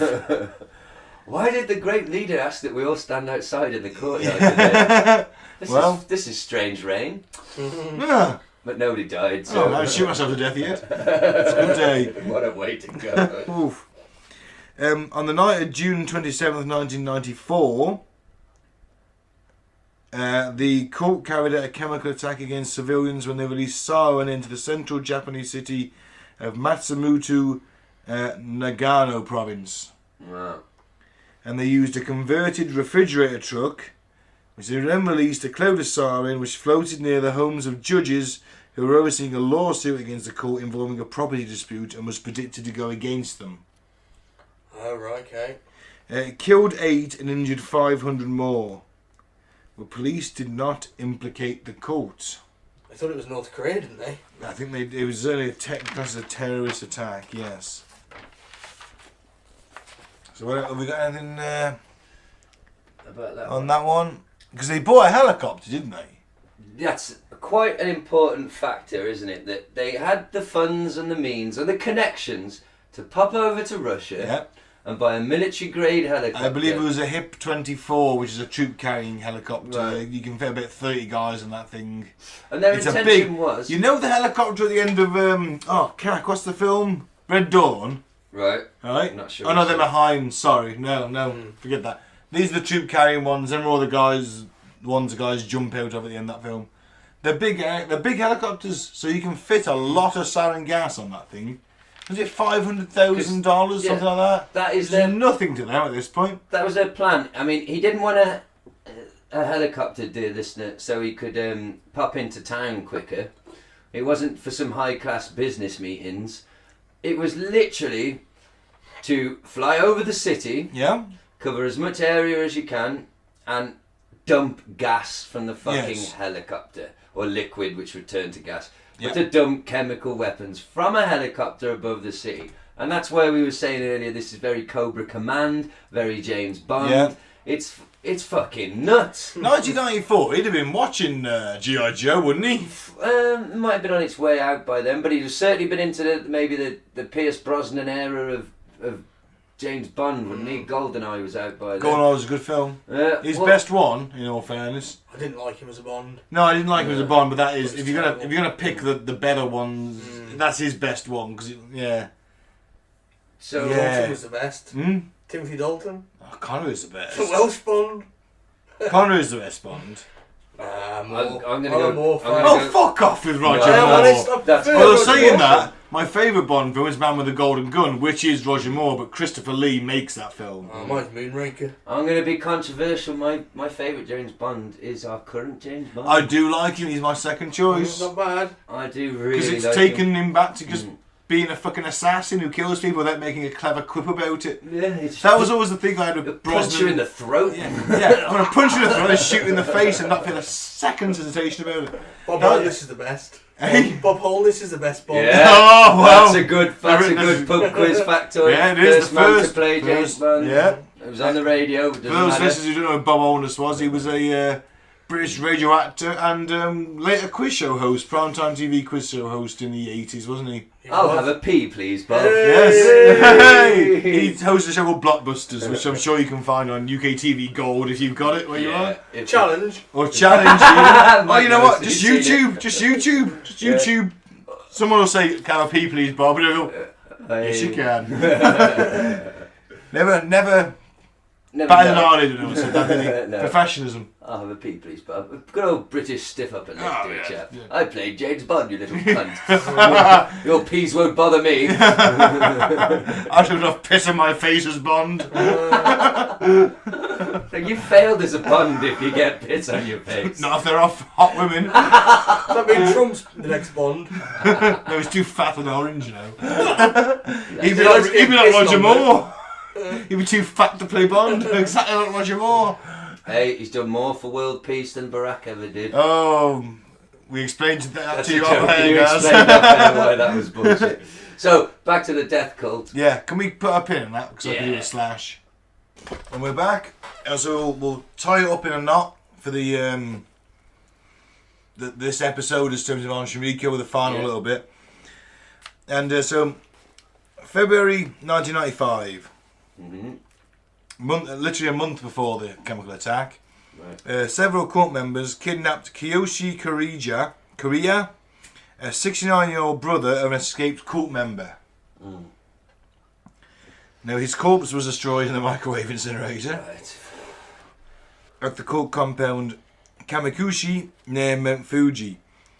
At this point, Asahara's he wants the apocalypse to come. Right. What's important about that, the kidnapping, is that this guy left a message with his sister saying that if I go missing, it's Aum Shinrikyo who've got me. Yeah. Right? He knows, because he's been spouting shit about him because of his escaped relative. Right. And he was saying that these boys this is what they want. Yeah. They didn't like that. They actually kidnapped him and killed him. At this point, Asahara is pushing his scientists to make plasma weapons, laser weapons, rail guns, and buy nuclear material from the former Soviet Union. That's heavy shit. That's heavy shit. Domestic group. Give me a nuclear weapon death over a chemical attack any day. I guess, yeah.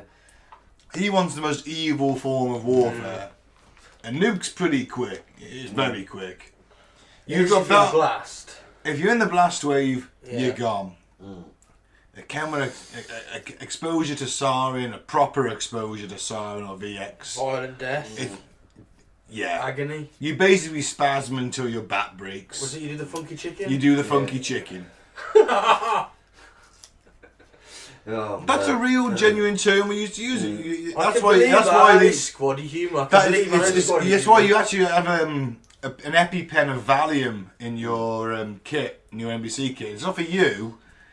It's for you to use on your mate who might be exposed. If you've got all your kit on in time, on in 9, home in Pine was the same. On in 9 or home in Pine. Oh, or home in Pine and home in Pine. No, on in 9 or home in Pine. Yeah, okay. Right, you've got 9 seconds. Right. And at that point, if you've taken 8 seconds, you're frantically injecting yourself with antidotes. If your mate takes too long, starts freaking out, starts spazzing out, you just jam that Valium into his backside and let his muscles relax until he eventually just dies and rather than snaps his own back from spasming. It seemed detrimental to morale if someone spasmed so hard their back breaks. I can see that. Holy shit. So to unprotected civilians, this stuff's lethal. I was just thinking, I don't know if he was... I'd rather take the nuclear death over that, is what my point is. I want a good, clean Mozambique triple tap. 2 to the chest, 1 to the head. That's what I want. I'd like to go peacefully in my Jeep. So I'd like to choke on a 23-year-old's bra when I'm 120 as I'm trying to remove it with my teeth. That's what I'd like. That'd be a way to go. Yeah. 9 wife of... My 9th wife. Flying your helicopter. Well, fly my helicopter, that's it. Like Shoki Baby. Exactly. Although I don't think he was flying the helicopter because he was blind. Not with his vision problems, no. I don't think there's a court in the land you could have bribed to give him a helicopter pilot. Imagine Mayweather was. But if he asks you to let him take over, you're going to be like, yes, Supreme Leader. Oh no, you'd have to come with some cunning excuse, like it's only calibrated to you at this point. Kick him out the side of the helicopter, he wouldn't know who'd done it. Yeah, but he's just guru. We can't get him out the side of the helicopter. Alright, let's get to the last little bit and then we can wrap up. That kidnapping triggered something in the police, finally triggered something in the police. Yes. And they arranged to raid the cult facilities in the March of 1995. The prosecutors alleged that Asahara was tipped off and ordered the sound attack on the Tokyo subway to divert police attention. That's the story. That is, because at this point, remember, for a public face, they're these geeks you take the piss out of on and you make cartoons of. Yeah. They're not doing this silent stuff. Nah, they're geeks. Yeah. But all of a sudden, if they're planning to raid you and you know you're up to that shit, then you need a diversion. And that diversion is a massive chemical attack on a Japanese subway designed to kill 1 million people. And trigger a war with the US. Yeah, I'd say it's a double-edged sword. Now that is not going to get you raided the following week, is it? Well, he must have, I was saying, it says tipped off, but I think we can assume with his wealth and influence that he obviously had a man or two on the inside. of the old Japanese police force. Of course. Probably had a politician or two. I'd imagine so. Yeah, a lawyer or two. I think that's why no one investigates them, is because they had their tendrils of power, their tentacles of power, because this is Japanese. There you go. Their tentacles of power reaching into all kinds of people. Well, plus they gave religious... Yeah, I was going to say, to a certain extent as well, there was an element of, look, we don't fuck with new religion, we don't, it's a religion, leave them to it. But it's like, no, people are being killed with nerve agents. And they on couldn't our actually soil. believe that someone would do a mass terrorism on their own people. Yeah. With those kinds of weapons. Yeah. How did they get them? What? They're the mounted wizard geek people, aren't they? They've got what? I mean, a helicopter? A what? Yeah. They've got a Soviet military helicopter. They've got friends in where? Russia? They've nukes? What? Yeah. I suppose it is too fantastical to believe. Yeah. But maybe that information just got passed to the wrong guy in the police department. Or do you think that maybe they let it happen for a political reason we don't know about? To get rid of these cults. Or they to get rid of the cults? Yeah, could be. To take away those laws protecting them. Yeah. To say, look, we need faith in the God Emperor. Yeah, or it could have been to pass a new law that we don't know anything about Japanese fucking parliament, do we? So No. Fucking sausage. I know their prime minister's first name is Abe. I don't know the rest of his name, but he's called Abe. Well, I think Because I found it quite ironic when he met Trump and he was called Abe, like Abraham Lincoln. And he was like, But I think that's a perfect place to... Shinzo, is it? I don't know. Well, we've set that up, I think, perfectly for next week because they are now going to mount a counter. They know the authorities are coming. Yeah, they kind of... And now it's time for Shoki to fight back. They've done enough to, like, for him to sort of declare that, let's start this Harumageddon. Let's get this kicked off. So next week, we're going to talk about... the chemical attack on the Tokyo subway, which, let's again reiterate, was designed to kill 1 million people. And hopefully bring about the destruction of the world as we know it. Or certainly cataclysmic nuclear war between America and Japan. So that Shoki and then baby... in probably Russia as well, and everyone gets involved. But it's alright, because we'll be okay. Yes. I'm going to look at the psychological effects of the sarin gas attacks on the Japanese population. Sounds good. Well, not good, but you know what I mean. Entertaining. Informative. Interesting, that's the right word. Educational. What's the BBC's old back in the day? Excite, enthuse, entertain and inform. They fucked that up, didn't they? And that's what we aim to do. Not rape here. the kids. I was going to say allegedly, but they It did happen, so yeah. Well, I can't believe I'm going to say this, but fuck the dead kids as well, because there was a bit of that going on too. Jimmy Savile, future episode. Oh god. Possibly. Yeah, maybe. That's when we're going to be right down the bottom of the scraping the barrel of I don't know. I think there's a lot of cover-ups, conspiracies. I'll do a BBC episode, but I don't want to spend 3 hours talking about Jimmy and specifically. Well, you are. We'll save it for the Christmas episode. Jimmy Savile special. A Christmas with Savile.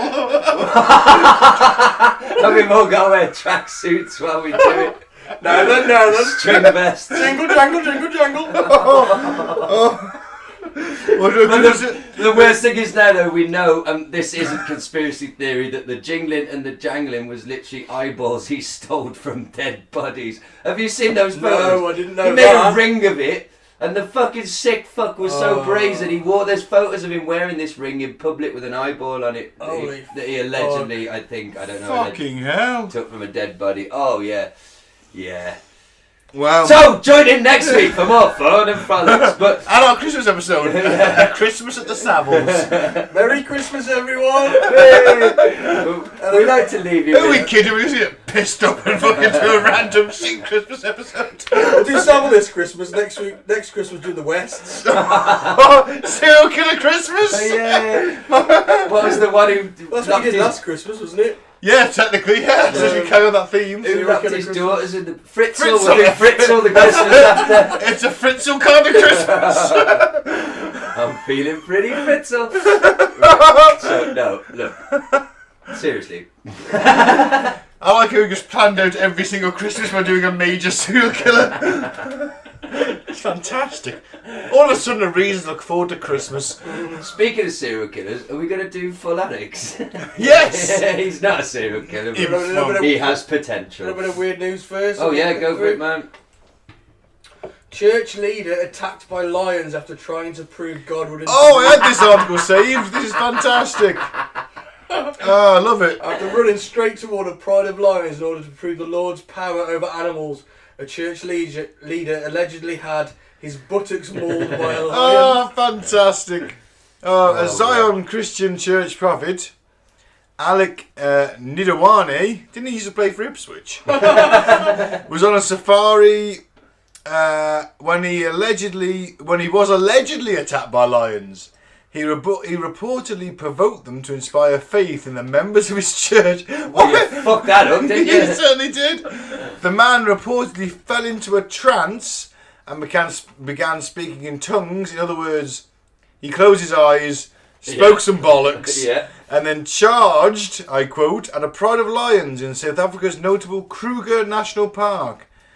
The man is lucky to have left the scene with his life because who names a national park after fucking Freddy Krueger? And the it's Krieger from Archer, isn't it? Yeah. I'd imagine that Kruger's probably. It sounds quite South African. South African, and the Kruger National Park. Well, I love the accent.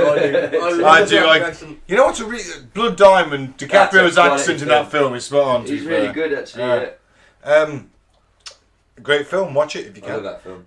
The man is lucky to have left the scene with his life because sprinting towards a pride of lions who are busy eating a previous victim is obviously not a good idea. I'm assuming they were eating some kind of, an antelope or something. Yeah, I imagine. Mr. Nidiwana reportedly began to flee the scene after he realised a miracle wouldn't exactly save him. But one of the lions bit him straight in the ass first. He didn't die, he was just literally bit in the ass. God, the journalism is fucking terrible in this. He was saved from an even more serious injury and certain death by the game ranger who fired a couple of shots from a gun. Not to the lions, but to scare them off, as reported by Garner Webb. Now, what you can take from this story... You've got to quote Gaz. At least he didn't shoot the lion, that's the main thing. Nidiwana said, "I do not know what came over me. I thought the lion wanted to use. I thought the Lord. There's got lions on the brain. I thought the Lord wanted to use me to show his. That's in the accent. Oh, go on then, Gaz. Give me a Ghanaian accent. We're going to apologise profusely in advance to everybody listening in Ghana and everywhere else. I do not know what came over me. I thought the Lord wanted to use me to show the power over animals.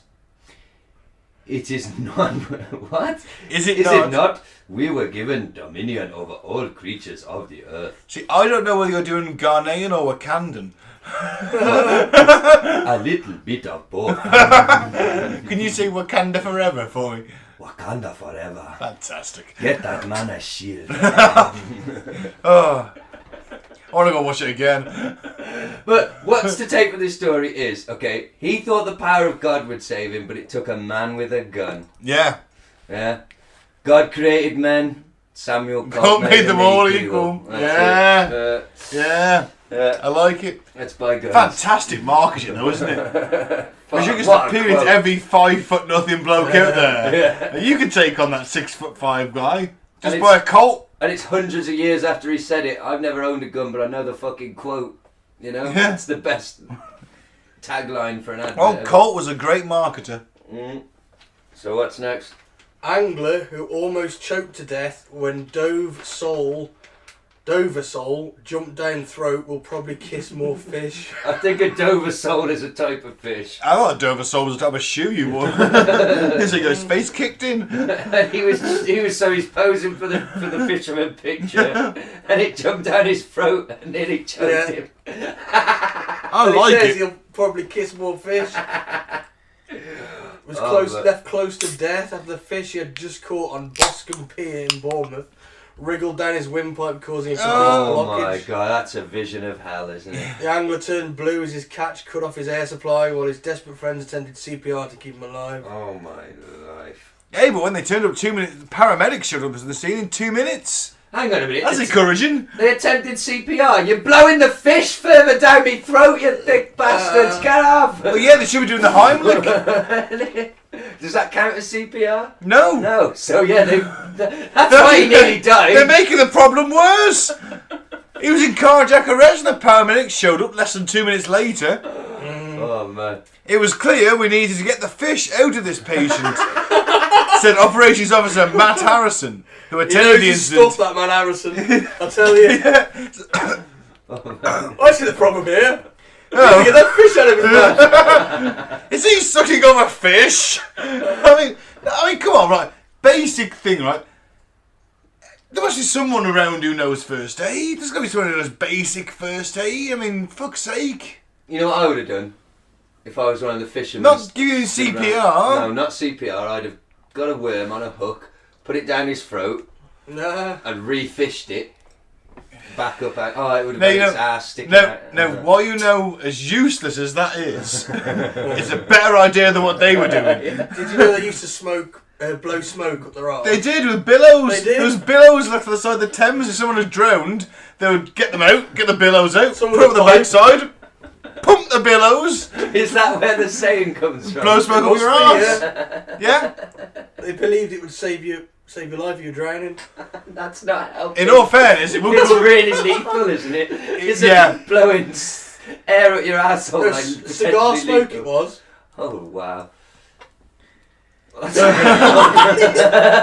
still, Well, apparently, someone did it once, and it saved their life. Apparently, but they probably just recovered. It was coincidence. Yeah. or maybe the shock of having some cigar smoke blown up your arse caused them to cough, and they spat some water out. And, oh my god, I'm alive! Oh, Who was the first person to think of that? Oh my god, that man's drowning. What are we gonna do?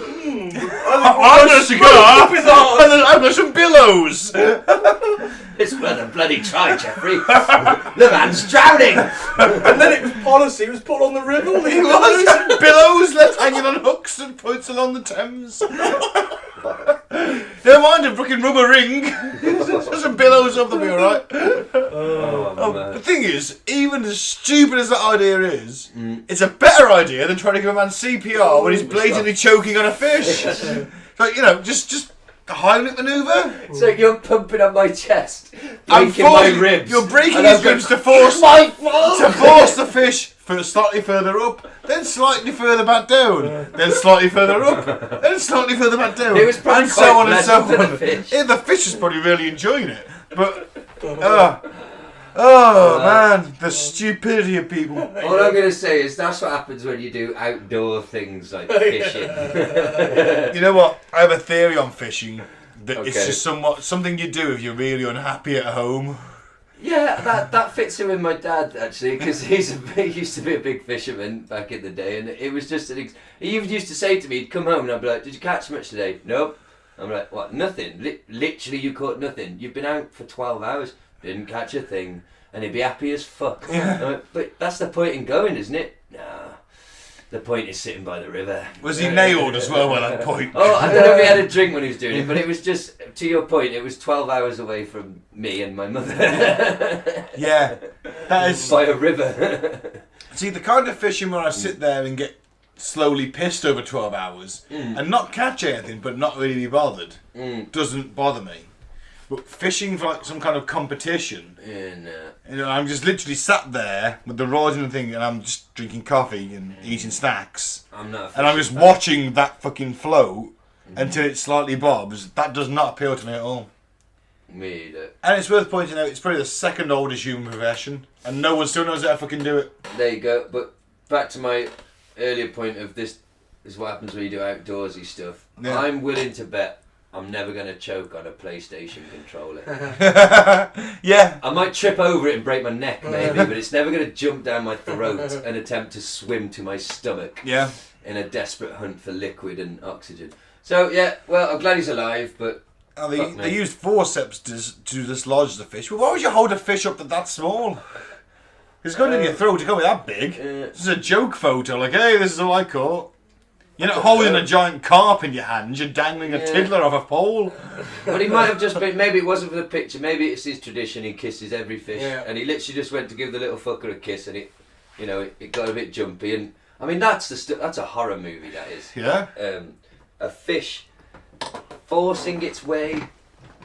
I mean, imagine. Oh God. Oh, I wouldn't like it. No, I don't like that. That must be how my girlfriend feels during oral. She doesn't. It doesn't get that far down. Should we move on then? I'm saying I've got a little dick. I'm taking the piss out of myself. Yeah, let's move on. Quick. Oh my You want the God. next one? It's huge, listener. This one's for you guys. It's Oh, huge. you bastards. Future of sport? ? Toyota unveils a 6'3" robot basketball player Oh. using AI to shoot hoops Wow. better than the pros. Android Q can shoot basketball hoops with nearly 100% accuracy. Mm-hmm. We did learn to score baskets by throwing 200,000 practice shots. Okay, but... I bet you didn't take 200,000 practice shots. Okay. But then again, you haven't got 100% accuracy either. So. Okay. It can shoot baskets with 100% accuracy. Can it run up and down? Can it dribble a basketball? Not can yet. Can Not it communicate with other humans and But play part of you the park team? it on the fucking It doesn't work like 3-point that. line. There's rules about that. You've got to get back across the halfway line. You can't just leave a guy down there. As it's not playing the game yet then. So No, it can shoot unless, a basket, which is impressive. There's a little video. Okay. Why would you put it at 6'3" then? Probably helps with Probably the shot. it's the doesn't it? average. Oh, it's shorter than the average NBA Yeah. player. 6'7". And that's average. Fuck, they're big boys. Okay, Let's watch it then. It's quite scary. It's fucking got a studded face. Why the ominous music?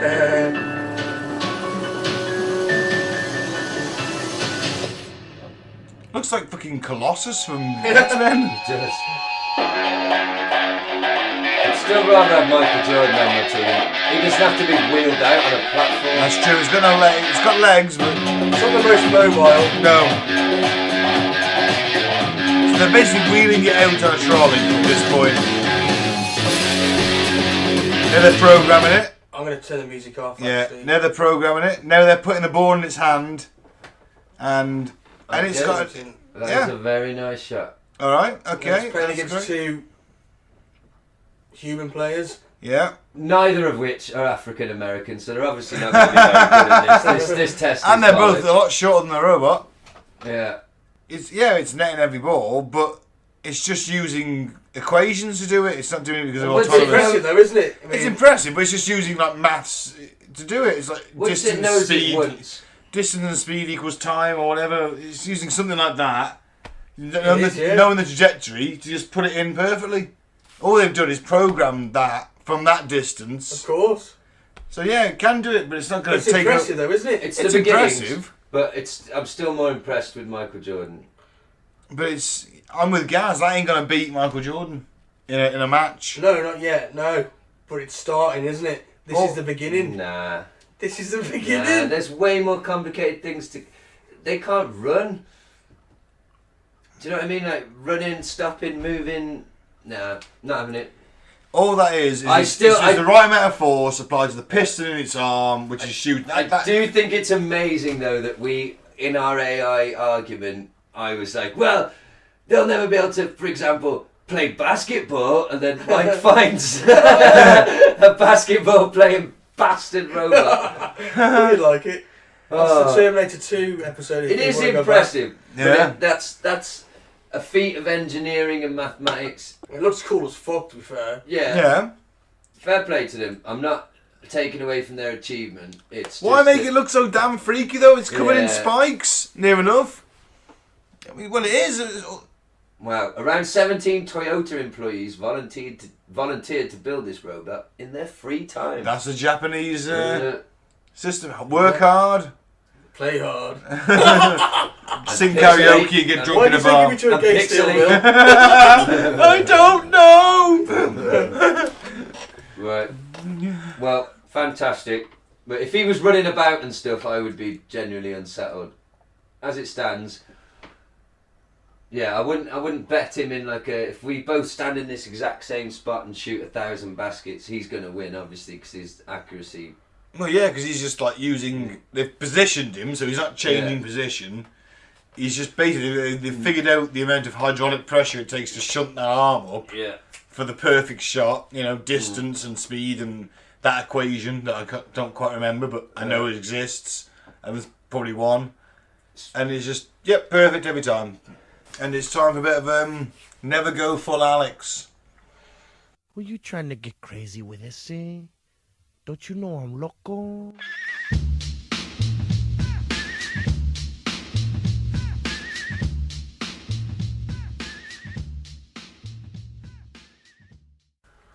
Should we explain the game? Yeah.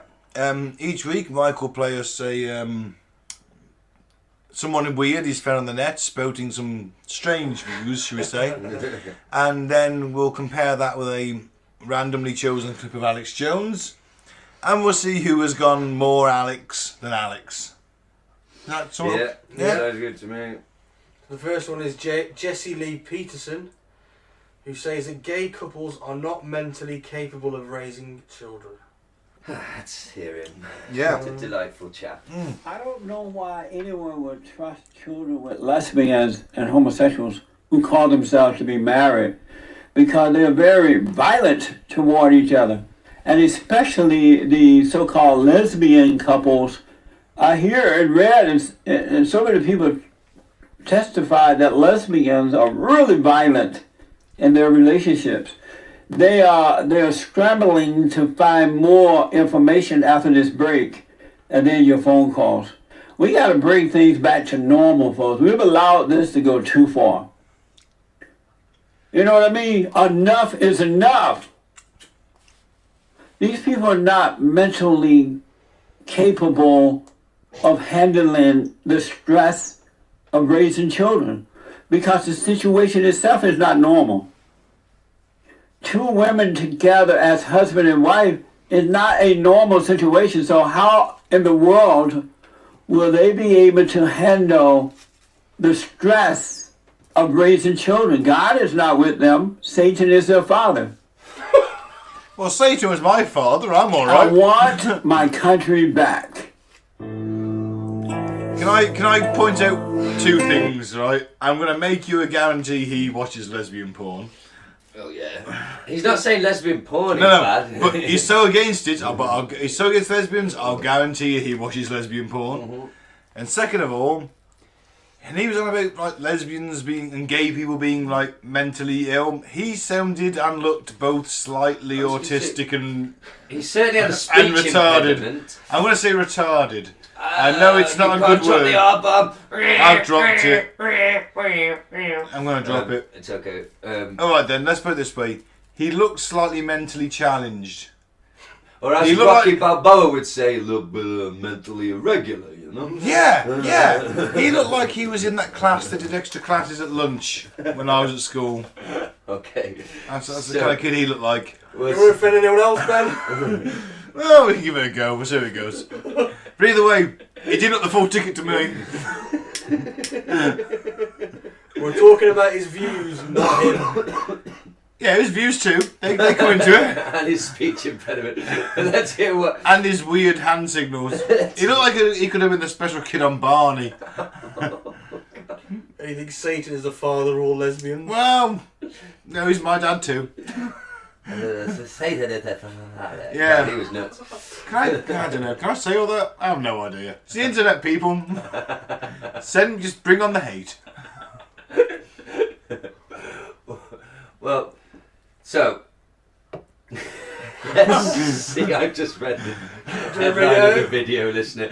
And now on to Alex. Let's see what Alex is saying. And remember, we got to decide who's more batshit crazy this week. The guy we just heard from, or our good friend, Saint Alex. He is a saint. Is he a saint now? He is. He's up there with Ike. We've got Saint Ike and we've got Saint Jones. Alright, fair enough. You know, when I was growing up in Rockwall, Texas, at that time the richest county in Texas, a bedroom community of Dallas, and every time I thought some hot 17-year-old when I was like 13 or 14 really wanted to date me, and I'd drive out to some big old mansion of theirs, and I mean real mansions, helicopter pads, private landing fields, you name it. God almighty, after the third or fourth time I'd been with them, they'd tell me, by the way, we worship this God, and we want you to come to this event. We want you to engage in this activity because Lucifer's really God. And, you know, I told people those stories when I first got on air 20 years ago. And it kind of sounded a little bit hokey, but now you see it all over the mainstream media. And there's a spiritual component to this. It's not a power trip. They knew interdimensionally, because believe me, they weren't trying to get the average person to go do that. Everybody thought like, why are you dating the head cheerleader or the head senior when you're a freshman in high school? Well, because, she was driving me out there in her $100,000 Mercedes, and that was 30-something years ago. Driving me out there in her $100,000 Mercedes, that'd be a $300,000 Maybach today, to try to get me into the cult. And then I was about 16 and got taken by a girl out to the lake. They had this big vineyard. It was way out in Hunt, way out outside Dallas. And I saw these police cars pulling up, and people getting out and saying, we're going to have a bonfire, Alex, don't be scared. And started seeing people putting black hoods on. These weren't KKK hoods, these were black hoods. And I remember saying, oh my God. She's like, don't be scared. And I said, I'm not scared, I'm not part of this. And walking back on the road, about 5 miles later, didn't have cell phones back then, I had like 10 miles to walk back, police came and got me, said, boy, you've been drinking, we're taking you to jail. And then my family lawyer called my dad and they said, Dr. Jones, you need to leave Dallas or your son's going to be found dead hanging in a jail cell. Now later, the last laugh happened when the sheriff and others got busted for narcotics. And Texas Monthly did a story about it and didn't believe me and actually went back and asked people. And they said, no, that actually went on. Now, look how crazy that was 30 plus years ago. I'm 44. So I was about 13, 14 when all that started. And look what we've done against the globalists. Look at Bohemian Grove. Look at it all. All of us are being called towards a quickening. And we're either going to resonate with the dark satanic force or the force of life. We're going to resonate with the Roundup and the genetic engineering and the nuclear war. We're going to resonate with happy green fields and butterflies and our children. And the strongest people out there don't choose the evil. They're strong enough to buck it and to go through it. And I don't tell you that story to sit there and impress you. Because I'll be honest with you, I love women and they were great pieces of ass. They weren't there to get me because they thought I was good looking. They were there to get me because evil knew. Because let me tell you, they weren't going after other 13 and 14-year-olds in the high school. Evil knew what we were going to do in the future, but evil failed. So to the globalists and all the lawsuits and all the death threats and all of you people, you have failed. I'm going to just go there as a first impression. I think that was some kind of Alex Jones sexual fantasy. Yes. I don't think you need a master's degree in basic human psychology to work out that we were just told. Hot pieces of ass, girls. 13 and 14, Alex has been taken out by 18-year-old girls. The lead cheerleader when he was a freshman. freshman. In a $100,000 Mercedes. Yeah, he was being taken out there to a camp, to a mansion, and because they knew in the future Alex would have a chance. Yeah. They knew interdimensionally. Yeah, I think that's something Alex gets off to now. He can say what he wants. My God, come on, Alex, come on. You gotta do better than that. If we're looking at who's more batshit insane, I'm still sticking with the first guy. This week, because Alex is just making up. He was just relaying a sexual fantasy he once had when he was 14. Yeah, but he says that evil interdimensionally knew that he was going to be this sort of cheerleader for love and light. If we break it down, that is what he's saying. It is, isn't it? And the other guy's just saying lesbians aren't very good at being parents. The mentally handicapped guy was just saying that lesbians don't make good parents. He did say that Satan was their father. He did. Yeah, but he also says God's his father again. But Alex is saying that he was transdimensionally chosen to be the leading light of human spirit awakening. This is like a fucking cult, isn't it? That tells you a lot about how he sees himself, Mr. Jones, doesn't it? And that's why I'll beat him, Gaz. Ooh. I love that bit where he just goes, yeah, but they were nice pieces of hot ass. Yeah, it was awful that I was being seduced by these satanic cheerleaders, which ironically was actually I think my teenage fantasy was being seduced by satanic cheerleaders. But you know, for them to turn on that's a bad thing. He's insane. Who am I going to go with this week? I think when you break it down, I think Alex is the more insane. If that's what we're looking at purely, then Alex is the more insane. The first guy is bigoted. Yeah, he's just a bigot. but possibly not batshit crazy. And Alex, he did use the term interdimensionally. Yeah. And I like how he had to point out, because he was telling stories about... Yeah, they weren't ugly cheerleaders, were they? No. The other bit he felt the need to point out was because he was discussing burning a bonfire in the south. No, in the south, and they got hoods out, and he's like, these weren't KKK hoods, these were black hoods. Yeah. You know, because he's like... I'm pretty sure that certain Was he sections just of the at a KKK... KKK rally? I'm pretty sure that certain ranks in the KKK have black hoods. And that's not because I'm right wing, that's because I've watched a few documentaries on them. Oh, and we're also forgetting the bit where the cult leaders rang his dad and said, told him, like, you're going to find your son move. hanging in a jail cell. So, yeah, I'm going with Alex. Yeah, Alex is crazy. Yeah, that is a more insane... If we're going on a purely more insane tale, then Alex wins. Because I'd have loved to have been taken away by satanic cheerleaders for a weekend of sex magic. When I was 14. Too. Hey, I'd have sacrificed a child if it meant I could fuck a cheerleader. You didn't have cheerleaders though. It's all good. Yeah, but that'd have been even better though, wouldn't it? Imagine a hot American cheerleader. We had the popular girls, remember? Well, yeah. Just out of school. Yeah, me too. So, yeah. I think Alex went full Alex this week. What do you say, Mike? Well, you two vote. I'm happy with that, yeah. Yeah, I as much as the other guy was, I think he was just a bit slow. Yeah. You have said that in basically every possible way it is to say that, and then we get it. Okay. It's for the edits. I'm leaving it in. I just think he was. I don't think he was all there. Alex knows exactly what he was saying. Window licker. You haven't said window licker yet. I'm leaving that one for you, mate. I don't think he was all there. Either way, and let's wrap this. I think he was a couple of sandwiches from a picnic. I think he was some fish fingers from a sandwich. He wasn't the brightest peanut in the turd. Was No, he was not. And Alex knows exactly what he's saying, and he's trying to pass it off to me as truth. And it's almost like the Saint Ike knows that both our saints are bullshitters. Dude, and Saint Tony. We're a conspiracy podcast. The triumvirate of bullshit. Saint Tony, Saint Ike, and Saint Alex. The triumvirate of bullshit, listeners. You have it. I was not dressed as a satanic cardinal. The three saints. We need a T-shirt. With just those three faces on it, and people would be like, okay, I mean, yeah, I get the Ike and the Jones connection. Where does Tony Blair fit into this? Because he's full of shit. Not in my name, Tony. But you still went. Yeah. So yeah, we're all with Alex on that. Mm-hmm. Yeah. Okay.